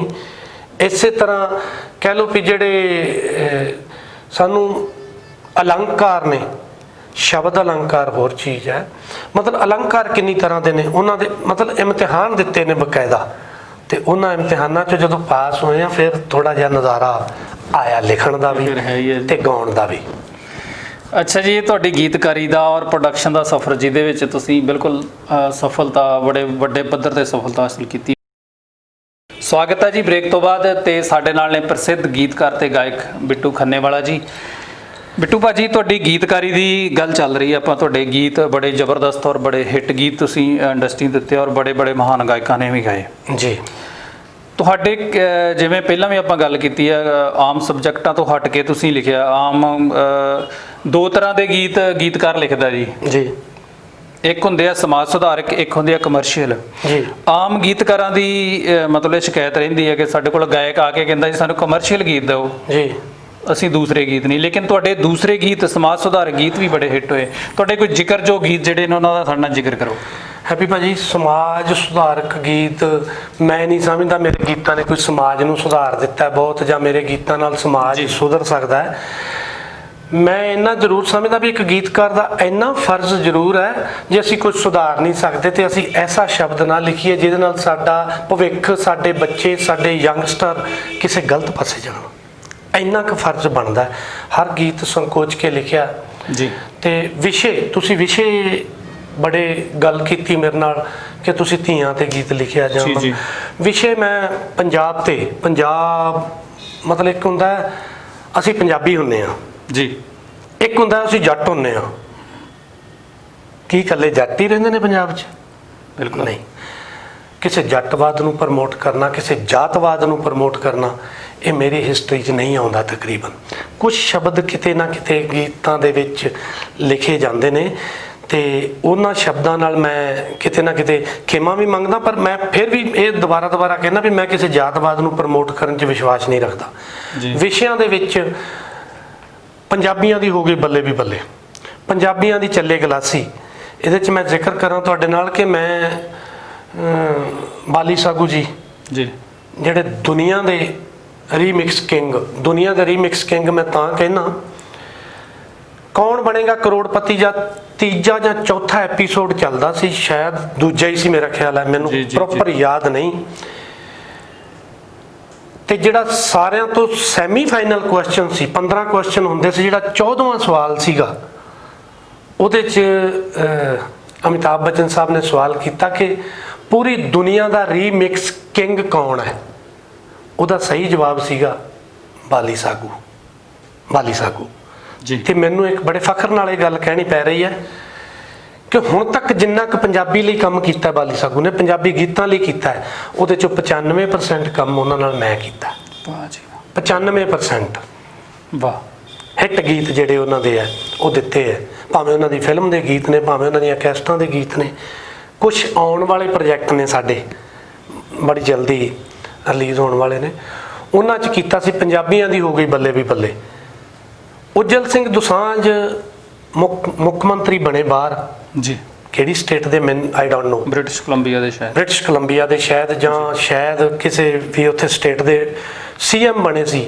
ਜੀ ਪੰਜਾਬੀਆਂ ਦੀ ਹੋ ਗਈ ਬੱਲੇ ਬੱਲੇ ਗੀਤ, ਪਾਰਲੀਮੈਂਟ ਵਿੱਚ ਚੱਲਣਾ ਤੇ ਸੀਐਮ ਬਣ ਕੇ ਭੰਗੜਾ ਪਾਉਣਾ, ਇਹ ਮੇਰੇ ਨਸੀਬ 'ਚ, ਕਿਆ ਬਾਤ ਹੈ। ਮੇਰੇ ਹਿੱਸੇ ਆਇਆ ਹੈ। ਗਲਾਸੀ ਸ਼ਬਦ ਪੰਜਾਬੀਆਂ ਦੀ ਚੱਲੇ ਗਲਾਸੀ, ਗਲਾਸੀ ਇੰਗਲੈਂਡ ਦਾ ਸ਼ਬਦ ਹੈ, ਤੇ ਮੈਂ ਬਾਲੀ ਸਾਗੂ ਦੇ ਮੂੰਹ ਸੁਣ ਕੇ ਪੰਜਾਬੀਆਂ ਦੀ ਚੱਲੇ ਗਲਾਸੀ ਲਿਖਿਆ। ਉਦੋਂ ਬਾਅਦ ਮਿੱਤਰਾਂ ਦੀ ਮੋਟਰ ਤੇ ਜਾਂ ਇਹ ਉਹ ਬਹੁਤ ਜਗ੍ਹਾ ਤੇ ਗਲਾਸੀ ਖੜਕੀ, ਗਲਾਸੀ ਹੋ ਗਈ। ਗਲਾਸੀ ਹੋ ਗਈ, ਕਿਉਂਕਿ ਗਲਾਸੀ ਜੰਕਸ਼ਨ ਵੀ ਇੰਗਲੈਂਡ 'ਚ ਹੀ ਮੈਂ ਸੁਣਿਆ ਸੀਗਾ। ਵਾਹ ਜੀ। ਇੱਕ ਆ ਬਿਮਾਰੀ ਚੱਲਦੀ ਅੱਜ ਕੱਲ ਕਰੋਨਾ, ਜੀ ਤੇ ਮੈਨੂੰ ਪਤਾ ਲੱਗਿਆ ਸੀ ਵੀ ਕਰੋਨਾ ਬੀਅਰ ਚੱਲਦੀ ਹੈ ਬਾਹਰ, ਬੀਅਰ ਦਾ ਨਾਂ ਹੈ ਕਰੋਨਾ। ਜੀ ਜੀ ਜੀ। ਤੇ ਮੈਂ ਉਹ ਇੱਕ ਫਨੀ ਜਿਹੇ ਗੀਤ ਦੇ ਵਿੱਚ ਸ਼ਬਦ ਵਰਤਿਆ ਸੀ। ਮੈਂ ਹੁਣ ਕਈ ਵਾਰੀ ਉਹ ਯਾਦ ਕਰਕੇ ਹੱਸ ਪੈਂਦਾ, ਮੈਨੂੰ ਕੀ ਪਤਾ ਸੀ ਬਿਮਾਰੀ ਦਾ ਨਾਂ ਹੈ। ਜੀ ਇਸੇ ਤਰ੍ਹਾਂ ਦੇ ਵਿਸ਼ੇ ਵਟਣਾ, ਜੀ ਮੇਰਾ ਗੀਤ ਇੱਕ ਉਜਾਗਰ ਅੰਟਾਲ ਅਕੈਡਮੀ ਚਲਾਉਂਦੇ ਨੇ ਪਟਿਆਲੇ, ਬੜੇ ਸੁਰੀਲੇ ਫਨਕਾਰ ਨੇ।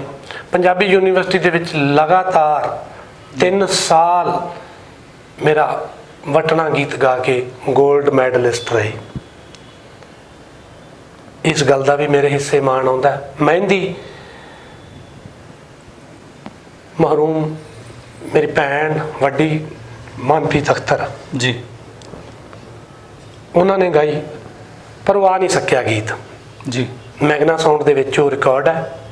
ਸੁਰਿੰਦਰ ਬਚਨ ਜੀ ਦਾ ਮਿਊਜ਼ਿਕ ਹੈ, ਬਾ ਕਮਾਲ ਕੰਪੋਜੀਸ਼ਨ ਹੈ, ਬਾ ਕਮਾਲ ਗਾਇਆ ਹੈ।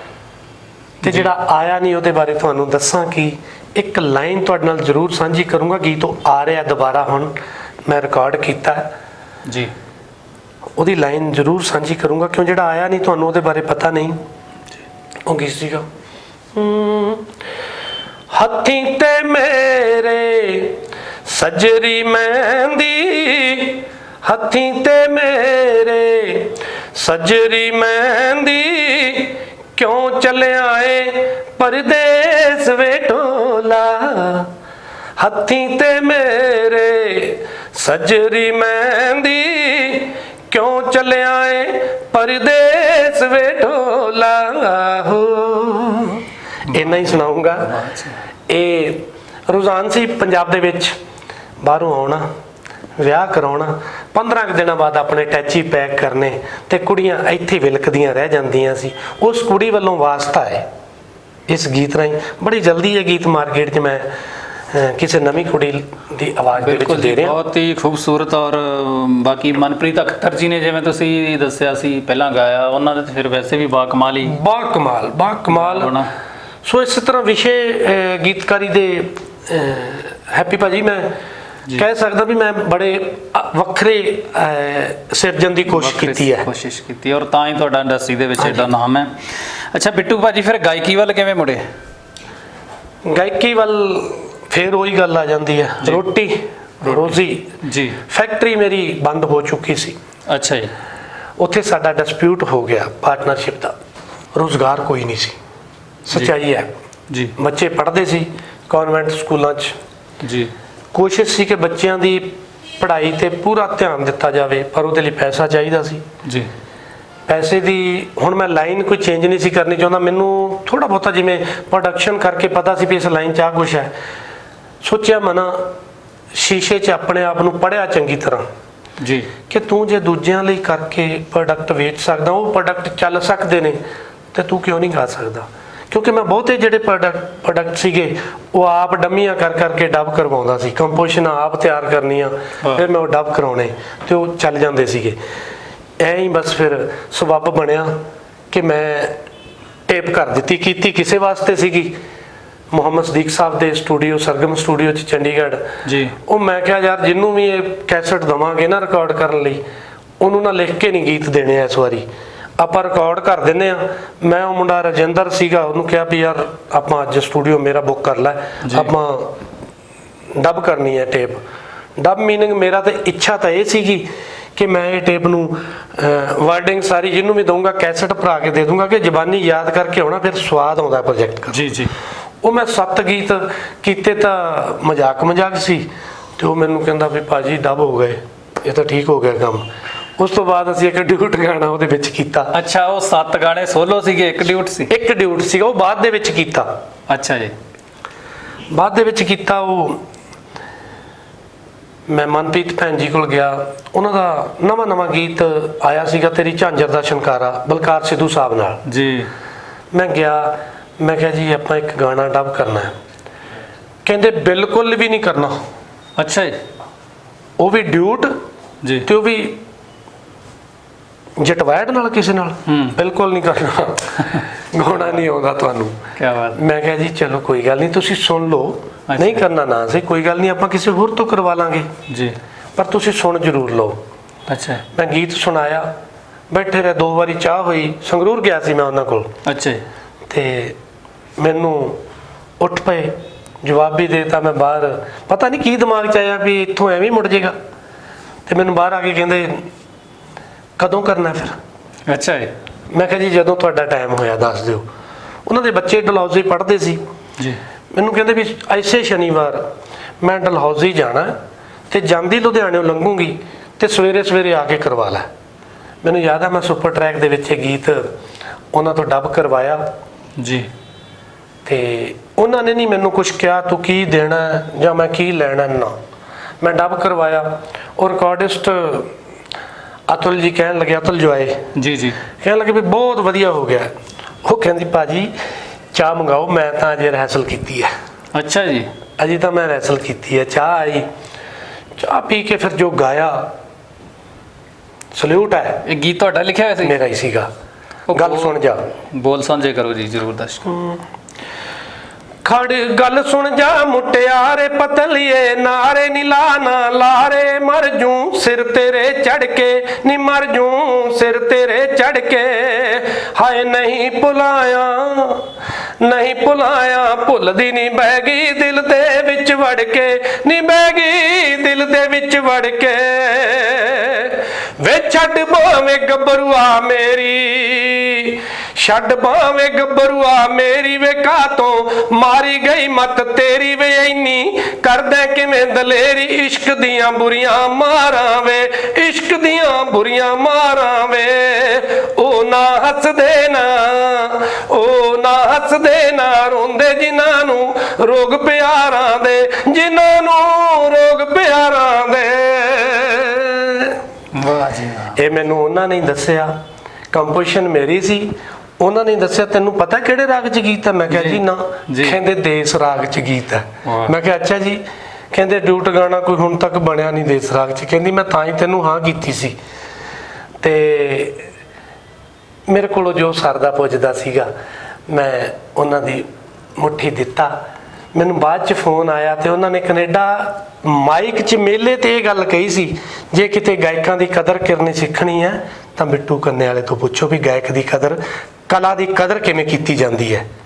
ਵਾਹ ਜੀ ਵਾਹ, ਵਾਹ ਜੀ, ਕੀ ਬਾਤ ਆ। ਉਹ ਤੇ ਹੈ ਹੀ ਹੈ ਜੀ, ਤੁਹਾਡੀ ਨਿਮਰਤਾ ਔਰ ਤੁਹਾਡੀ ਮਿਹਨਤ ਜਿਹੜੀ ਆ ਉਹਦਾ ਸਾਰੀ ਮਤਲਬ ਫਲ ਹੈ, ਗੱਲ ਉਹਦਾ ਨਤੀਜਾ ਹੈ। ਦੋਸਤੋ ਸਾਡੇ ਨਾਲ ਨੇ ਪ੍ਰਸਿੱਧ ਗਾਇਕ ਤੇ ਗੀਤਕਾਰ ਬਿੱਟੂ ਖੰਨੇਵਾਲਾ ਜੀ। ਮਿਲਦੇ ਆ ਨਿੱਕੀ ਜੀ ਬ੍ਰੇਕ ਤੋਂ ਬਾਅਦ। ਬ੍ਰੇਕ ਤੋਂ ਬਾਅਦ ਸਵਾਗਤ ਹੈ ਜੀ, ਤੇ ਸਾਡੇ ਨਾਲ ਨੇ ਪ੍ਰਸਿੱਧ ਗਾਇਕ ਬਿੱਟੂ ਖੰਨੇਵਾਲਾ ਜੀ। ਜੀ ਅੱਛਾ ਬਿੱਟੂ ਭਾਜੀ, ਜਿਵੇਂ ਤੁਸੀਂ ਦੱਸਿਆ ਕਿ ਤੁਹਾਡੀ ਜਿਹੜੀ ਗਾਇਕੀ 'ਚ ਐਂਟਰੀ ਹੈ ਉਹ ਤੁਸੀਂ ਟੇਪ ਤਿਆਰ ਕੀਤੀ ਔਰ ਗਾਇਕ ਨੂੰ ਦੇਣ ਵਾਸਤੇ ਖੁਦ ਡੱਬ ਕਰ ਲਈ। ਹਾਂਜੀ। ਔਰ ਫਿਰ ਤੁਸੀਂ ਉਸੇ ਨੂੰ ਰਿਲੀਜ਼ ਕਰਤਾ? ਰਿਲੀਜ਼ ਹੈ ਕਰਤਾ ਜੀ ਕਿ ਜਦੋਂ ਮੈਂ ਉਹ ਸੁਣੀ ਟੇਪ, ਸੁਣੀ ਕਿ ਮੈਂ ਕੀ ਸੁਣੀ, HMV ਕੰਪਨੀ 'ਚ ਦਲਜੀਤ ਸਿੰਘ ਕਪਾਨੀ ਹੁੰਦੇ ਸੀਗੇ ਜੀ, ਤੇ ਇੱਥੇ ਚੰਡੀਗੜ੍ਹ ਉਹਨਾਂ ਦਾ ਇੱਕ ਜਿਹੜਾ ਆਫਿਸ ਸੀ ਉੱਥੇ ਰਣਜੀਤ ਸਿੰਘ ਬੈਠਦਾ ਸੀ। ਉਹ ਦੋਵੇਂ ਬਾਈ ਚਾਂਸ ਮੇਰੀ ਡੱਬ ਹੋਈ ਟੇਪ ਤੋਂ ਐਂਟਰੀ ਹੋ ਗਈ ਸਟੂਡੀਓ ਉਹਨਾਂ ਦੀ ਜੀ, ਤੇ ਉਹ ਮੈਨੂੰ ਕਹਿਣ ਲੱਗੇ ਵੀ ਇਹ ਟੇਪ ਸਾਡੀ ਹੋ ਗਈ। ਅੱਛਾ ਜੀ, HMV ਵਾਲੇ? ਮੈਂ ਤੇ ਕੀਤੀ ਸੀ ਕਿਸੇ ਲਈ, ਉਹ ਮਤਲਬ ਵੀ ਡੱਬ ਕਰਾਉਂਗਾ, ਉਹ ਸੁਣ ਕੇ ਕਹਿੰਦੇ ਟੇਪ ਸਾਡੀ ਹੋ ਗਈ। ਮੈਂ ਕਿਹਾ ਜੀ ਕੋਈ ਗੱਲ ਨਹੀਂ, ਕਿਉਂਕਿ ਮੇਰਾ ਪਿਆਰ ਬਹੁਤ ਸੀ ਸਾਰੀਆਂ ਕੰਪਨੀਆਂ ਨਾਲ ਕੰਮ ਕਰਨ ਕਰਕੇ। ਜਦੋਂ ਇੰਨੀ ਕਹਿ ਕੇ ਚਲੇ ਗਏ, ਸੂਰਜ ਭਾਰਦਵਾਜ ਸਦੀਕ ਸਾਹਿਬ ਦੇ ਦਮਾਦ ਜੀ ਸਾਡੀ ਭੈਣ ਮਿੰਟੂ ਸਦੀਕ ਸਾਹਿਬ ਦੀ ਬੇਟੀ, ਉਹ ਸਟੂਡੀਓ ਬੈਠਦੇ ਸੀਗੇ ਤੇ ਸੂਰਜ ਭਾਰਦਵਾਜ ਦੇ ਬੜੇ ਪਰਮ ਮਿੱਤਰ ਇੱਕ ਸੀਗੇ ਰਾਏ ਮੋਗੇ ਤੋਂ ਜੀ, ਉਹ ਵੀ ਆਏ ਹੋਏ ਸੀ। ਉਹ ਜਦੋਂ ਚਲੇ ਗਏ ਦਲਜੀਤ ਸਿੰਘ ਕਪਾਨੀ ਹੋਰੀ ਤੇ ਸੂਰਜ ਭਾਰਦਵਾਜ ਮੈਨੂੰ ਕਹਿਣ ਲੱਗੇ, ਕਹਿੰਦੇ ਬਿੱਟੂ ਭਾਜੀ ਇਹ ਟੇਪ ਆਪਾਂ HMV ਨਹੀਂ ਦੇਣੀ ਜੀ, ਇਹ ਰਾਏ ਨੇ ਕੰਪਨੀ ਲਾਂਚ ਕੀਤੀ, ਆਪਾਂ ਇਹਨੂੰ ਦੇਣੀ ਹੈ। ਮੈਂ ਕਿਹਾ ਜੀ ਜੋ ਤੁਹਾਨੂੰ ਠੀਕ ਲੱਗਦਾ, ਕੋਈ ਗੱਲ ਨਹੀਂ, ਆਪਾਂ ਯਾਰੀਆਂ ਨਿਭਾਈਆਂ ਨੇ, ਅਸੀਂ ਨੋਟ ਨਹੀਂ ਕਮਾਏ। ਮੈਂ ਕਿਹਾ ਕੋਈ ਗੱਲ ਨਹੀਂ, ਇਹਨਾਂ ਨੂੰ ਦੇ ਦਿਆਂਗੇ। ਉਹ ਕਹਿੰਦੇ ਨਹੀਂ, ਇਹ ਰਿਕਾਰਡਿੰਗ ਦਾ ਖਰਚਾ ਵੀ ਤੁਹਾਨੂੰ ਦੇਣਗੇ, ਇਹ ਤੁਹਾਡਾ ਵੀਡੀਓ ਵੀ ਕਰਨਗੇ, ਇਹ 2 ਮਹੀਨੇ ਲਈ ETC ਤੇ ਗਾਣਾ ਚਲਾਉਣਗੇ ਵੀ, ਔਰ ਉਹਨਾਂ ਨੇ ਵਾਅਦੇ ਮੁਤਾਬਕ ਉਹ ਚਲਾਇਆ ਵੀ ਤੇ ਬੱਲੇ ਬੱਲੇ ਹੋ ਗਈ, ਤੁਹਾਡੀ ਐਂਟਰੀ ਹੋ ਗਈ ਪੰਜਾਬੀ ਗਾਇਕੀ ਦੇ ਵਿੱਚ। ਇਹ ਕਿਹੜੀ ਟੇਪ ਸੀਗੀ ਜੀ? ਗੱਲ ਸੁਣ ਜਾ, ਇਹੀ ਜਿਹੜਾ ਮੈਂ ਗਾਣਾ ਤੁਹਾਨੂੰ ਮਨਪ੍ਰੀਤ ਅਖਤਰ ਜੀ ਨਾਲ ਡਿਊਟ ਸੁਣਾਇਆ, ਉਹ ਵੀ ਬੜੀ ਲੰਬੀ ਹਿਸਟਰੀ ਹੈ। ਇਹਦੇ ਚ ਮੁੜ ਕੇ ਜਦੋਂ ਪ੍ਰੋਗਰਾਮ ਕਰਨ ਲੱਗ ਗਿਆ, ਮੈਂ ਟੇਪ 'ਚ ਗਾਣਾ ਇੱਕ ਹੀ ਸੀਗਾ ਜੀ। ਇੱਕ ਕੈਨੇਡਾ ਤੋਂ ਪਾਰਟੀ ਨੇ ਮੈਨੂੰ ਪ੍ਰੋਗਰਾਮ ਲਈ ਬੁੱਕ ਕਰ ਲਿਆ ਜੀ। ਉਹਨਾਂ ਨੇ ਮੁੰਡੇ ਵਾਲਿਆਂ ਨੇ ਕੁੜੀ ਵਾਲਿਆਂ ਨੂੰ ਕਹਿਤਾ, ਮੁੰਡੇ ਵਾਲੇ ਬਾਹਰੋਂ ਸੀ, ਕੁੜੀ ਵਾਲੇ ਰਾਏਕੋਟ ਦੇ ਏਰੀਏ ਤੋਂ ਸੀਗੇ, ਪ੍ਰੋਗਰਾਮ ਪਟਿਆਲੇ ਕਰਨਾ ਸੀ। ਕਹਿੰਦੇ ਵੀ ਤੁਸੀਂ ਜਾ ਕੇ ਬੁੱਕ ਕਰ ਆਓ ਜੀ। ਉਹ ਮੈਨੂੰ ਬੁੱਕ ਕਰ ਗਏ ਜੀ। ਹੁਣ ਮੈਂ ਪ੍ਰੋਗਰਾਮ ਤੇ ਗਿਆ, ਮੇਰੇ ਨਾਲ ਮੈਡਮ ਬਲਜਿੰਦਰ ਢਿੱਲੋਂ ਸਾਥ ਦਿੰਦੇ ਸੀ ਸਟੇਜ ਤੇ ਜੀ, ਮੋਹਾਲੀ ਤੋਂ ਜੀ। ਅਸੀਂ ਪ੍ਰੋਗਰਾਮ ਤੇ ਚਲੇ ਗਏ, ਉਹ ਮੈਂ ਗਾਈ ਗਿਆ ਜੀ ਇਕੱਲਾ, ਉਹਨਾਂ ਨੇ ਵੀ 2 ਗੀਤ ਗਾਏ। ਉਹ ਆ ਕੇ ਕਹਿੰਦੇ ਵੀ ਮੁੰਡੇ ਦਾ ਚਾਚਾ ਤੇ ਡੈਡੀ ਕਹਿੰਦੇ ਅਸੀਂ ਤੁਹਾਨੂੰ ਡਿਊਟ ਸੁਣਿਆ, ਅਸੀਂ ਤਾਂ ਦੁਗਾਣੇ ਲਈ ਬੁੱਕ ਕੀਤਾ। ਮੈਂ ਕਿਹਾ ਜੀ ਫਿਰ ਆਪਣੇ ਤੋਂ ਕਿਤੇ ਨਾ ਕਿਤੇ ਮਿਸਟੇਕ ਹੋ ਗਈ ਵੀ ਮੇਰਾ ਦੁਗਾਣਾ ਤਾਂ ਇੱਕੋ ਹੀ ਹੈ ਉਹ ਟੇਪ 'ਚ ਜੀ। ਤੇ ਕਹਿੰਦੇ ਫਿਰ ਅਸੀਂ ਤਾਂ TV ਤੇ ਉਹੀ ਦੇਖਿਆ ਸੀ। ਮੈਂ ਕਿਹਾ ਜੀ ਕੋਈ ਨਹੀਂ, ਅਸੀਂ ਜਿੰਨੇ ਗਾਉਂਦੇ ਸੀ ਪ੍ਰਚਲਿਤ ਗਾਣੇ, ਮਤਲਬ ਅਸੀਂ ਡਿਊਟ 2-4 ਗਾਏ, ਪਰ ਮੇਰੇ ਅੰਦਰ ਕਿਤੇ ਨਾ ਕਿਤੇ ਘਰ ਗਈ ਸੀ ਕਿ ਬਿੱਟੂ ਰਾਮਾ ਡਿਊਟ ਗਾਉਣਾ ਪੈਣਾ, ਤੈਨੂੰ ਕਿਤੇ ਗਾਉਣਾ ਪੈਣਾ ਜੀ। ਫਿਰ ਉਹਦੇ ਬਾਅਦ ਤੁਸੀਂ ਡਿਊਟ ਵੱਲ ਜਿਹੜਾ ਉਹ ਮੁੜੇ? ਨਹੀਂ, ਉਸ ਤੋਂ ਬਾਅਦ ਤਾਂ ਇਹ ਹੋਇਆ ਵੀ ਪ੍ਰੋਗਰਾਮ ਲੱਗਦੇ ਰਹੇ, ਪਰ ਕੋਈ ਦੁਗਾਣਾ ਪ੍ਰੋਗਰਾਮ ਕਰਦੇ ਰਹੇ, ਸਟੇਜਾਂ ਕੀਤੀਆਂ ਦੁਗਾਣੇ ਦੀਆਂ, ਪਰ ਬਹੁਤ ਘੱਟ ਗਾਉਂਦੇ ਸੀ ਅਸੀਂ, 2-4 ਗੀਤ ਬਸ, ਜ਼ਿਆਦਾ ਤੋਂ ਜ਼ਿਆਦਾ ਸੋਲੋ ਗਾਉਂਦੇ, ਸੋਲੋ ਹੀ ਗਾਉਂਦੇ ਸੀ। ਸੋ ਉਦੋਂ ਬਾਅਦ ਕੀ ਹੋਇਆ, DJ ਦੀ ਐਂਟਰੀ ਹੋ ਗਈ ਪੰਜਾਬ 'ਚ ਜੀ। DJ ਨੇ ਕਲਾਕਾਰਾਂ ਦੇ ਤੱਪੜ ਜੇ ਰੋਲ ਤੇ, ਪੰਜਾਬੀ 'ਚ ਕਹਾਂ, ਸਭ ਕਲਾਕਾਰ ਵਿਹਲੇ ਕਰਤੇ, ਠੀਕ ਹੈ, ਤੇ ਕਾਫੀ ਲੰਬਾ ਗੈਪ ਪੈ ਗਿਆ, ਮੈਂ ਵੀ ਸਾਇਲੈਂਟ ਜਿਹਾ ਹੋ ਗਿਆ ਤਕਰੀਬਨ 2009 ਤੱਕ। ਪਹਿਲੀ ਟੇਪ ਤੁਹਾਡੀ ਜਿਹੜੀ ਹੈ ਗੱਲ ਸੁਣ ਜਾਈ ਹੈ, ਇਹ ਕਿਹੜੀ ਸਨ 'ਚ ਆਈ? 2003 'ਚ। 2003 ਤੋਂ 2009 ਤੱਕ ਸਾਇਲੈਂਟ ਹੋ ਗਿਆ ਜੀ, ਕਿਉਂਕਿ 5 ਤੱਕ ਕੰਮ ਕੀਤਾ, 5 ਤੋਂ ਬਾਅਦ ਤਾਂ ਕੋਈ ਕੰਮ ਹੀ ਨਹੀਂ ਸੀ ਰਿਹਾ। ਜਿਹੜੇ ਕੁਝ ਨਾਮਵਰ ਗੀਤ ਗਾਇਕ ਸੀਗੇ ਉਹਨਾਂ ਕੋਲ ਕੰਮ ਸੀਗਾ ਜੀ, ਤੇ ਜਿਹੜੇ ਸਾਡੇ ਵਰਗੇ ਨਵੇਂ ਸੀਗੇ ਉਹਨਾਂ ਕੋਲ ਕੰਮ ਹੈ ਨਹੀਂ ਸੀਗਾ, ਖੂੰਜੇ ਲੱਗ ਗਏ। ਬਿੱਟੂ ਭਾਈ, ਜਿਹੜੀ ਤੁਹਾਡੀ ਗੱਲ ਸੁਣ ਜਾ ਕੈਸਟ ਆ, ਇਹਦੇ ਵਿੱਚੋਂ ਕਿਸੇ ਆਪਣੇ ਗਾਣੇ ਦੇ ਬੋਲ ਸਾਂਝੇ ਕਰੋ ਦਰਸ਼ਕਾਂ ਨਾਲ। ਹਾਂਜੀ ਬਿਲਕੁਲ, ਇਹਦੇ ਵਿੱਚ 7 ਗੀਤ ਮੇਰੇ ਸੀਗੇ ਜੀ। ਇੱਕ ਗੀਤ ਜਿੰਦਸਵਾੜਾ ਸਾਹਿਬ ਦਾ ਸੀਗਾ, ਮੇਰਾ ਤੇ ਜਿੰਦਸਵਾੜਾ ਸਾਹਿਬ ਦਾ ਬੜਾ ਪੁਰਾਣਾ ਪਿਆਰ ਹੈ। ਉਦੋਂ ਜਿੰਦਸਵਾੜਾ ਸਾਹਿਬ ਦੇ ਗੀਤ ਬੜੇ ਘੱਟ, ਰੇਅਰ ਗੀਤ ਰਿਕਾਰਡ ਹੋਣੇ ਸ਼ੁਰੂ ਹੋ ਗਏ ਸੀ ਕਹਿ ਲਓ, ਪਰ ਉਦੋਂ ਬਾਅਦ ਤਾਂ ਫਿਰ ਕਲਮ 'ਚ ਤੁਹਾਨੂੰ ਪਤਾ ਵੀ ਇੰਨੀ ਕੁ ਜਾਨ ਹੈ, ਇੰਨਾ ਦਮ ਹੈ, ਤੇ ਉਹਨਾਂ ਦੀਆਂ ਲਾਈਨਾਂ ਹੀ ਲੱਗ ਗਈਆਂ, ਗੀਤ ਇੰਨੇ ਉਹਨਾਂ ਦੇ ਹਿੱਟ ਹੋਏ। 7 ਗੀਤ ਸੀਗੇ ਮੇਰੇ ਜੀ, ਜਿਨ੍ਹਾਂ 'ਚ ਇੱਕ ਡਿਊਟ ਸੀ। 6 ਗੀਤਾਂ ਦੇ ਵਿੱਚੋਂ ਇੱਕ ਗੀਤ ਤੁਹਾਡੇ ਨਾਲ ਮੈਂ ਸਾਂਝਾ ਕਰਦਾ ਜੀ। ਅੱਖੀਆਂ 'ਚੋਂ ਵੇਖੀਏ ਸ਼ਰਾਬ ਜਿਹੀ ਲੱਗਦੀ, ਜੇ ਬੁੱਲੀਆਂ 'ਚੋਂ ਵੇਖੀਏ ਗੁਲਾਬ ਜਿਹੀ ਲੱਗਦੀ। ਅੱਖੀਆਂ 'ਚੋਂ ਵੇਖੀਏ ਸ਼ਰਾਬ ਜਿਹੀ ਲੱਗਦੀ, ਜੇ ਬੁੱਲੀਆਂ 'ਚੋਂ ਵੇਖੀਏ ਗੁਲਾਬ ਜਿਹੀ ਲੱਗਦੀ। ਗੋਰਾ ਚਿੱਟਾ ਮੁੱਖ ਤੇਰਾ ਤੱਕ ਬੈਠੇ ਅਸੀਂ, ਗੋਰਾ ਚਿੱਟਾ ਮੁੱਖ ਤੇਰਾ ਤੱਕ ਬੈਠੇ ਅਸੀਂ, ਰੱਬ ਜਾਣੇ ਪਤਾ ਨਹੀਂ ਕੀ ਹੋਈ ਜਾਂਦਾ ਏ। ਵਾਹ। ਮਿੱਤਰਾਂ ਨੇ ਨਾਂ ਤੇਰਾ ਰੱਖਿਆ ਗੁਲਾਬੋ, ਗੱਲਾਂ 'ਚੋਂ ਗੁਲਾਬੀ ਰੰਗ ਚੋਈ ਜਾਂਦਾ ਏ। ਮੁੰਡਿਆਂ ਨੇ ਨਾਂ ਤੇਰਾ ਰੱਖਿਆ ਗੁਲਾਬੋ, ਤੇਰਾ ਗੱਲਾਂ 'ਚੋਂ ਗੁਲਾਬੀ ਰੰਗ ਚੋਈ ਜਾਂਦਾ ਏ। ਮੁੰਡਿਆਂ ਨੇ ਨਾਂ ਤੇਰਾ ਰੱਖਿਆ ਗੁਲਾਬੋ। ਵਾਹ ਜੀ, ਕੀ ਰਵਾਨਗੀ ਹੈ ਗੀਤ 'ਚ, ਬਹੁਤ ਹੀ ਖੂਬਸੂਰਤ ਗੀਤ ਹੈ ਜੀ। ਔਰ ਕਾਫੀ ਇਹ ਗੀਤ ਮੈਂ ਪਰਸਨਲੀ ਮੈਂ ਬਹੁਤ ਸੁਣਿਆ ਤੁਹਾਡਾ ਇਹ ਗੀਤ, ਬਹੁਤ ਹੀ ਵਧੀਆ ਤੁਹਾਡਾ ਇਹ ਗਾਣਾ। ਤੇ ਉਹਦੇ ਬਾਅਦ ਫਿਰ 2009 ਦੇ ਵਿੱਚ ਜਾ ਕੇ ਅਗਲੀ ਕੈਸਟ ਕੀਤੀ ਤੁਸੀਂ? 2009 ਦੇ ਵਿੱਚ ਟੇਪ ਕੀਤੀ, ਉਹ ਵੀ ਸੋਲੋ ਸੀਗੀ ਕਿ ਜਾਂ? ਉਹ ਟੇਪ ਸੀ ਜਿਹੜੀ ਮੇਰੀ ਅੱਧੀ ਸੋਲੋ ਤੇ ਅੱਧੀ ਦੁਗਾਣਾ ਸੀ। ਅੱਛਾ। ਉਹ ਹੋਇਆ ਵੀ ਇੰਜ ਕਿ ਮਨਪ੍ਰੀਤ ਅਖਤਰ ਭੈਣ ਜੀ ਘਰ ਆਏ। ਜੀ ਜਿਹੜੀ ਟੇਪ ਦਾ ਮੈਂ ਤੁਹਾਨੂੰ ਜ਼ਿਕਰ ਕੀਤਾ ਕਿ ਕੀਤੀ ਸੀ ਅਸੀਂ, ਉਸ ਤੋਂ ਬਾਅਦ ਉਹਨਾਂ ਨੇ ਸੋਚਿਆ ਵੀ ਮੈਟਰ ਹੋਰ ਚਾਹੀਦਾ। ਘਰ ਬੈਠੇ ਚਲੋ ਬਹੁਤ ਲੰਬਾ ਸਮਾਂ ਬੈਠੇ ਅਸੀਂ। ਜੀ ਮੈਂ ਉਹਨਾਂ ਨੂੰ ਗਾ ਗਾ ਕੇ ਗੀਤ ਸੁਣਾਈ ਗਿਆ, ਗਾ ਗਾ ਕੇ ਗੀਤ ਸੁਣਾਈ ਗਿਆ। ਮੈਂ ਕਿਹਾ ਇਹਦੀ ਆਹ ਕੰਪੋਜੀਸ਼ਨ। ਮੈਨੂੰ ਕਹਿੰਦੇ ਕੰਪੋਜੀਸ਼ਨਾਂ ਕਿਹਨੇ ਕੀਤੀਆਂ ਨੇ? ਮੈਂ ਕਿਹਾ ਵੀ ਭੈਣ ਜੀ ਮੈਂ ਤੇ ਆਪ ਹੀ ਗੁਣਗੁਣਾ ਕੇ ਕਰਦਾ ਹੁੰਦਾ। ਕਹਿੰਦੇ ਬਹੁਤ ਅੱਛੀਆਂ ਨੇ। ਕੀ ਕਰਦਾ ਹੁੰਦਾ ਵੀਰ? ਕੰਮ। ਹਾਂਜੀ ਮੈਂ ਕਿਹਾ ਭੈਣ ਜੀ ਕੰਮ ਕੁੰਮ ਤਾਂ ਕੋਈ ਨਹੀਂ, ਵਿਹਲਾ ਹੀ ਆ। ਤੇ ਰੋਟੀ ਪਾਣੀ? ਮੈਂ ਕਿਹਾ ਬਹੁਤ ਔਖਾ ਹੈ। ਜੀ ਕਹਿੰਦੇ ਫਿਰ ਗਾਉਣ ਲੱਗ ਜਾ। ਮੈਂ ਕਿਹਾ ਕਿੱਥੋਂ? ਬਹੁਤ ਔਖਾ ਹੈ। ਜੀ ਕਹਿੰਦੇ ਟੇਪ ਕਰ। ਮੈਂ ਕਿਹਾ ਜੀ ਟੇਪ ਲਈ ਮੇਰੇ ਕੋਲ ਖਰਚਾ ਹੀ ਨਹੀਂ ਹੈਗਾ ਜੀ, ਸੱਚ ਪੁੱਛਦੇ ਹੋ। ਕਹਿੰਦੇ ਖਰਚਾ ਟੇਪ ਦਾ ਮੈਂ ਤੇਰੇ ਨਾਲ ਇੱਕ ਪ੍ਰੋਮਿਸ ਕਰਦੀ ਆ ਵੀ ਮੈਂ ਤੇਰੇ ਨਾਲ ਫ੍ਰੀ ਗਾਉਂਗੀ, ਜੀ ਕੋਈ ਪੈਸਾ ਨਹੀਂ ਲੈਣਾ, ਵਾਹ ਤੂੰ ਟੇਪ ਕਰ। ਫਿਰ ਉਹ ਮੈਨੂੰ ਹੱਲਾਸ਼ੇਰੀ ਮਿਲੀ। ਮੈਂ ਲਾਲ ਕਮਲ ਭਾਜੀ ਕੋਲ ਗਿਆ, ਮੈਂ ਜਾ ਕੇ ਡੰਮੀਆਂ ਦੇ ਆਇਆ। ਡੰਮੀਆਂ ਮੇਰੀਆਂ ਉਹ 1 ਸਾਲ ਪਈਆਂ ਰਹੀਆਂ। ਕਮਲ ਭਾਜੀ ਨੂੰ ਪੁੱਛਿਆ ਵੀ ਕੰਮ ਸ਼ੁਰੂ ਹੋਇਆ? ਉਹ ਕਹਿੰਦੇ ਵੀ ਡੰਮੀਆਂ ਪਈਆਂ ਨੇ, ਕੰਮ ਸ਼ੁਰੂ ਤੈਨੂੰ ਪਤਾ ਹੀ ਹੈ ਕਾਹਦੇ ਨਾਲ ਹੋਣਾ। ਤੇ ਮੇਰੇ ਕੋਲ ਉਹ ਵੀ ਸਿਸਟਮ ਹੈ ਨਹੀਂ ਸੀ। ਜੀ ਫਿਰ ਇੱਕ ਕੋਈ ਮੇਰੇ ਪਰਮ ਮਿੱਤਰ, ਉਹਨਾਂ ਨੇ ਹੈਲਪ ਕੀਤੀ ਥੋੜੀ ਜੀ।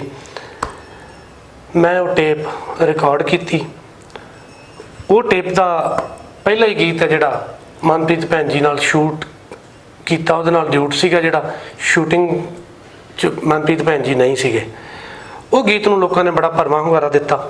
ਜੀ ਫਿਰ ਮੈਂ ਇੱਕ ਗੀਤ ਸੋਲੋ ਕੀਤਾ, ਉਹ ਦਾਰੂ ਤੇ ਗੀਤ ਸੀ। ਉਹਦੀ ਵੀਡੀਓ ਥੋੜੀ ਜੀ ਮੇਰੇ ਵੀਡੀਓ ਡਾਇਰੈਕਟਰ ਨੇ ਮੇਰੀ ਸਮਝ ਤੋਂ ਬਾਹਰ ਵਲਗਰ ਬਣਾ ਦਿੱਤੀ। ਜਦੋਂ ਉਹ ਗੀਤ ਪੀਟੀਸੀ ਤੇ ਛੱਡਿਆ, ਦੂਜੇ ਦਿਨ ਮੈਂ ਆਪਣੀ ਫੈਮਿਲੀ ਨਾਲ ਜਾ ਰਿਹਾ ਸੀ, ਮੇਰੀ ਬੇਟੀ ਨਾਲ, ਮੇਰੇ ਵਾਈਫ, ਮੇਰੇ ਬੱਚੇ ਗੱਡੀ ਦੇ ਵਿੱਚ। ਤਾਂ ਮੈਨੂੰ ਫੋਨ ਆਇਆ ਦੁਬਈ ਤੋਂ। ਜੀ ਬੰਦੇ ਨੇ ਫੋਨ ਆਨ ਕਰਨ ਸਾਰ ਮੈਨੂੰ ਉਹ ਲਾਹਣਤਾਂ ਪਾਈਆਂ, ਬਹੁਤ ਬੁਰਾ ਭਲਾ ਮੈਨੂੰ ਕਿਹਾ। ਤੇ ਮੈਂ ਉਹ ਝੋਲੀ ਅੱਡ ਕੇ ਪਵਾ ਲਿਆ। ਕਹਿੰਦੇ, ਮੈਂ ਕਿਹਾ ਹੁਣ ਇਹ ਤਾਂ ਦੱਸ ਦਿਓ ਵੀ ਕਾਹਦੇ ਤੋਂ? ਕਹਿੰਦੇ ਯਾਰ ਸਾਰਿਆਂ ਤੋਂ ਮਤਲਬ ਇਹ ਚੀਜ਼ ਐਕਸਪੈਕਟ ਕੀਤੀ ਜਾ ਸਕਦੀ ਹੈ, ਸਾਰਿਆਂ ਤੋਂ ਇਹ ਗੱਲ ਅਸੀਂ ਮੰਨ ਲੈਂਦੇ ਹਾਂ, ਲੋਕ ਦੁਨੀਆ ਕਰੇ, ਪਰ ਅਸੀਂ ਬਿੱਟੂ ਖੰਨੇ ਵਾਲੇ ਤੋਂ ਇਹ ਐਵੇਂ ਦਾ ਕੁਝ ਅਸੀਂ ਨਹੀਂ ਲੋਚਦੇ। ਸਾਨੂੰ ਪਤਾ ਇੱਥੋਂ ਨਹੀਂ ਕੁਝ ਐਵੇਂ ਦਾ ਮਿਲ ਸਕਦਾ ਵੀ ਗਾਣਾ ਬਹੁਤ ਵਧੀਆ ਹੈ, ਗਾਇਆ ਬਹੁਤ ਵਧੀਆ ਹੈ, ਪਰ ਵੀਡੀਓ ਐਵੇਂ ਦਾ। ਮੈਂ ਉਸੇ ਟਾਈਮ ਫੋਨ ਕੀਤਾ ਪੀਟੀਸੀ ਤੇ, ਉਹ ਗਾਣਾ ਬੰਦ ਕਰਾਤਾ। ਮੈਂ ਕਿਹਾ ਮੇਰਾ ਗਾਣਾ ਬੰਦ ਕਰ ਦਿਓ, ਭਾਵੇਂ ਮੈਨੂੰ ਇੱਕ ਬੰਦੇ ਨੇ ਵੀ ਕਿਹਾ, ਮੈਂ ਇਹ ਗਾਣਾ ਨਹੀਂ ਚਲਾਉਣਾ। ਨਾਲ ਦੀ ਨਾਲ ਮੇਰਾ ਪਰਦੇਸੀ ਗੀਤ ਜੀ ਉਹਨੂੰ ਫਿਰ ਸ਼ੂਟ ਕੀਤਾ, ਮਨਪ੍ਰੀਤ ਭੈਣ ਜੀ ਨਾਲ ਸੀ, ਉਹਨਾਂ ਨੂੰ ਹੀ ਉਸ ਗਾਣੇ ਦੇ ਵਿੱਚ ਲਿਆ। ਬਸ ਫਿਰ ਮੈਂ ਕੀ ਦੱਸਾਂ, ਮੈਂ ਜਿੱਥੇ ਇੱਕ ਗੁੰਮ ਹੋ ਗਿਆ ਸੀ, ਮੇਰੇ ਧਰਤੀ ਤੇ ਪੈਰ ਵੀ ਲੱਗ ਗਏ। ਦੁਨੀਆ ਨੇ ਅਸ਼ ਕਰਕੇ ਮੈਨੂੰ ਅੱਖਾਂ ਤੇ ਬਿਠਾ ਲਿਆ, ਪਰ ਮੈਨੂੰ ਅਹਿਸਾਸ ਹੋ ਗਿਆ ਸੀ ਕਿ ਤੇਰਾ ਪਹਿਲਾਂ ਵੀ ਦੁਗਾਣਾ ਹੀ ਚੱਲਿਆ ਸੋਲੋ। ਤੂੰ ਭਾਵੇਂ ਤੇਰਾ ਵੀਡੀਓ ਵਲਗਰ ਦਾ ਬਹਾਨਾ ਲੱਗ ਗਿਆ, ਕੋਈ ਵੀ ਲੱਗ ਗਿਆ, ਤੈਨੂੰ ਨਹੀਂ ਚੱਲਿਆ। ਫਿਰ ਡਿਊਟ ਕੀਤਾ, ਲੋਕਾਂ ਨੇ ਚੱਲ ਲਿਆ, ਹੁਣ ਤੈਨੂੰ ਦੁਗਾਣੇ ਹੀ ਗਾਉਣੇ ਪੈਣੇ ਨੇ। ਇਸ ਕਰਕੇ ਉਦੋਂ ਬਾਅਦ ਫੈਸਲਾ ਕਰ ਲਿਆ ਸੀ ਵੀ ਹੁਣ ਮਿੱਤਰਾ ਕੁੜੀ ਲੱਭ ਲੈ, ਕੋਈ ਕੁੜੀ ਲੱਭ ਕੇ ਪਰਮਾਨੈਂਟ ਜੋੜੀ ਬਣਾ ਕੇ ਫਿਰ ਮਾਰਕੀਟ 'ਚ ਉਤਰਨਾ, ਫਿਰ ਕੰਮ ਕਰਨਾ, ਫਿਰ ਸਵਾਦ ਆਊਗਾ। ਅੱਛਾ ਬਿੱਟੂ ਭਾਜੀ, ਜਿਵੇਂ ਤੁਸੀਂ ਦੱਸਿਆ ਸੋਲੋ ਗਾਇਕੀ ਤੋਂ ਬਾਅਦ, ਜਿਵੇਂ ਤੁਸੀਂ ਦੱਸਿਆ ਇੱਕ ਪ੍ਰੋਗਰਾਮ ਤੇ ਗਏ, ਫਿਰ ਉੱਥੇ ਦਰਸ਼ਕਾਂ ਨੇ ਡਿਊਟ ਦੀ ਮੰਗ ਕੀਤੀ। ਹਾਂਜੀ। ਤੇ ਫਿਰ ਕਿਹੜੀਆਂ ਫੀਮੇਲ ਸਿੰਗਰ ਸੀਗੀਆਂ ਜਿਨ੍ਹਾਂ ਦੇ ਨਾਲ ਤੁਸੀਂ ਪ੍ਰੋਗਰਾਮ ਲਾਇਆ? ਪਹਿਲਾਂ ਮੈਂ ਤੁਹਾਨੂੰ ਜਿਵੇਂ ਦੱਸਿਆ ਹੈਪੀ ਭਾਜੀ ਕਿ ਬਲਜਿੰਦਰ ਢਿੱਲੋਂ ਮੈਡਮ ਮੋਹਾਲੀ ਤੋਂ ਮੇਰੇ ਨਾਲ ਪੱਕੇ ਤੌਰ ਤੇ ਹੀ ਕੰਮ ਕਰਦੇ ਸੀਗੇ। ਤੇ ਜਦੋਂ ਫਿਰ 2009 ਦੇ ਵਿੱਚ ਟੇਪ ਕੀਤੀ ਮੈਂ ਮਨਪ੍ਰੀਤ ਅਖਤਰ ਹੋਣਾ ਨਾਲ ਜੀ, ਉਦੋਂ ਬਾਅਦ ਥੋੜਾ ਜਿਹਾ ਟਾਈਮ ਮੈਨੂੰ, ਕਿਉਂਕਿ ਉਦੋਂ ਨਵੇਂ ਸੀ, ਬਹੁਤੇ ਪ੍ਰੋਗਰਾਮ ਵੀ ਹੈ ਨਹੀਂ ਸੀਗੇ। ਬੇਸ਼ੱਕ ਟੇਪ ਚੱਲ ਗਈ ਸੀ, ਘੱਟ ਪ੍ਰੋਗਰਾਮ ਸੀ। ਹਰਜਿੰਦਰ ਰੂਬੀ ਜੀ ਉਹਨਾਂ ਨਾਲ ਥੋੜੇ ਜਿਹੇ ਪ੍ਰੋਗਰਾਮ ਕੀਤੇ, ਕੁਝ ਉਹਨਾਂ ਦੇ ਵੀ ਹੁੰਦੇ ਸੀ। ਉਹਨਾਂ ਨੂੰ ਮੇਲ ਡਿਊਟਰ ਦੀ ਲੋੜ ਸੀਗੀ ਤੇ ਮੈਨੂੰ ਫੀਮੇਲ ਡਿਊਟਰ ਦੀ ਲੋੜ ਸੀ। ਉਹਨਾਂ ਦੇ ਪ੍ਰੋਗਰਾਮ ਮੈਂ ਕਰਵਾ ਦਿੰਦਾ ਸੀ, ਉਹ ਮੇਰੇ ਕਰਵਾ ਦਿੰਦੇ ਸੀ। ਕੁਦਰਤ ਦਾ ਭਾਣਾ ਕਿ ਉਹ ਵੀ ਇਸ ਦੁਨੀਆ ਤੇ ਨਹੀਂ ਰਹੇ, ਉਹ ਵੀ ਚਲੇ ਗਏ ਸੀ। ਚਲੋ, ਕਿਉਂਕਿ ਪਤੰਗਾ ਸਾਹਿਬ ਨਾਲ ਉਹਨਾਂ ਨੇ ਬਹੁਤ ਲੰਬਾ ਸਮਾਂ ਕੰਮ ਕੀਤਾ ਤੇ ਫਿਰ ਮੈਂ ਉਸ ਤੋਂ ਬਾਅਦ ਸੋਚਿਆ ਮੈਨੂੰ ਪਰਮਾਨੈਂਟ ਕੁੜੀ ਲੱਭਣੀ ਚਾਹੀਦੀ ਹੈ, ਜਿਹੜੀ ਪੱਕੇ ਤੌਰ ਤੇ ਸੈੱਟ ਬਣੇ, ਉਹਦੇ ਨਾਲ ਹੀ ਰਿਕਾਰਡਿੰਗ ਹੋਵੇ, ਉਹੀ ਆਵਾਜ਼ ਕੈਸਟਾਂ 'ਚ ਹੋਵੇ, ਉਹੀ ਆਵਾਜ਼ ਸਟੇਜ ਤੇ ਮਿਲੇ। ਵਾਹ ਜੀ ਵਾਹ ਜੀ। ਦਰਸ਼ਕਾਂ ਨੂੰ ਦੱਸਣਾ ਚਾਹਾਂਗੇ ਇਹ ਸਾਡੇ ਰਾਜਾ ਜੀ ਤੇ ਸਾਡੇ ਸੁਰਮਣੀ ਦੇ ਹਸਬੈਂਡ, ਇਹ ਸਾਡੀ ਸੁਰਮਣੀ। ਤੇ ਸਾਡੀ ਖੁਸ਼ਕਿਸਮਤੀ ਹੈ ਕਿ ਸਾਡੇ ਪ੍ਰੋਗਰਾਮ ਦੇ ਚੱਲਦਿਆਂ ਹੀ ਸੁਰਮਣੀ ਜੀ ਔਰ ਰਾਜਾ ਜੀ ਇਹਨਾਂ ਦੀ ਐਂਟਰੀ ਹੋਈ ਆ। ਔਰ ਸੁਰਮਣੀ ਜੀ ਤੇ ਰਾਜਾ ਜੀ, ਮੇਰੇ ਵੱਲੋਂ ਤੁਹਾਡੀ ਮੈਰਿਜ ਦੀਆਂ ਵੀ ਬਹੁਤ ਸ਼ੁਭ ਕਾਮਨਾਵਾਂ। ਪਰਮਾਤਮਾ ਤੁਹਾਡੀ ਜੋੜੀ ਨੂੰ ਚੜ੍ਹਦੀ ਕਲਾ 'ਚ ਰੱਖੇ। ਤੇ ਆਪਾਂ ਹੁਣ ਸੁਰਮਣੀ ਜੀ ਨਾਲ ਵੀ ਗੱਲਬਾਤ ਕਰਦੇ ਹਾਂ।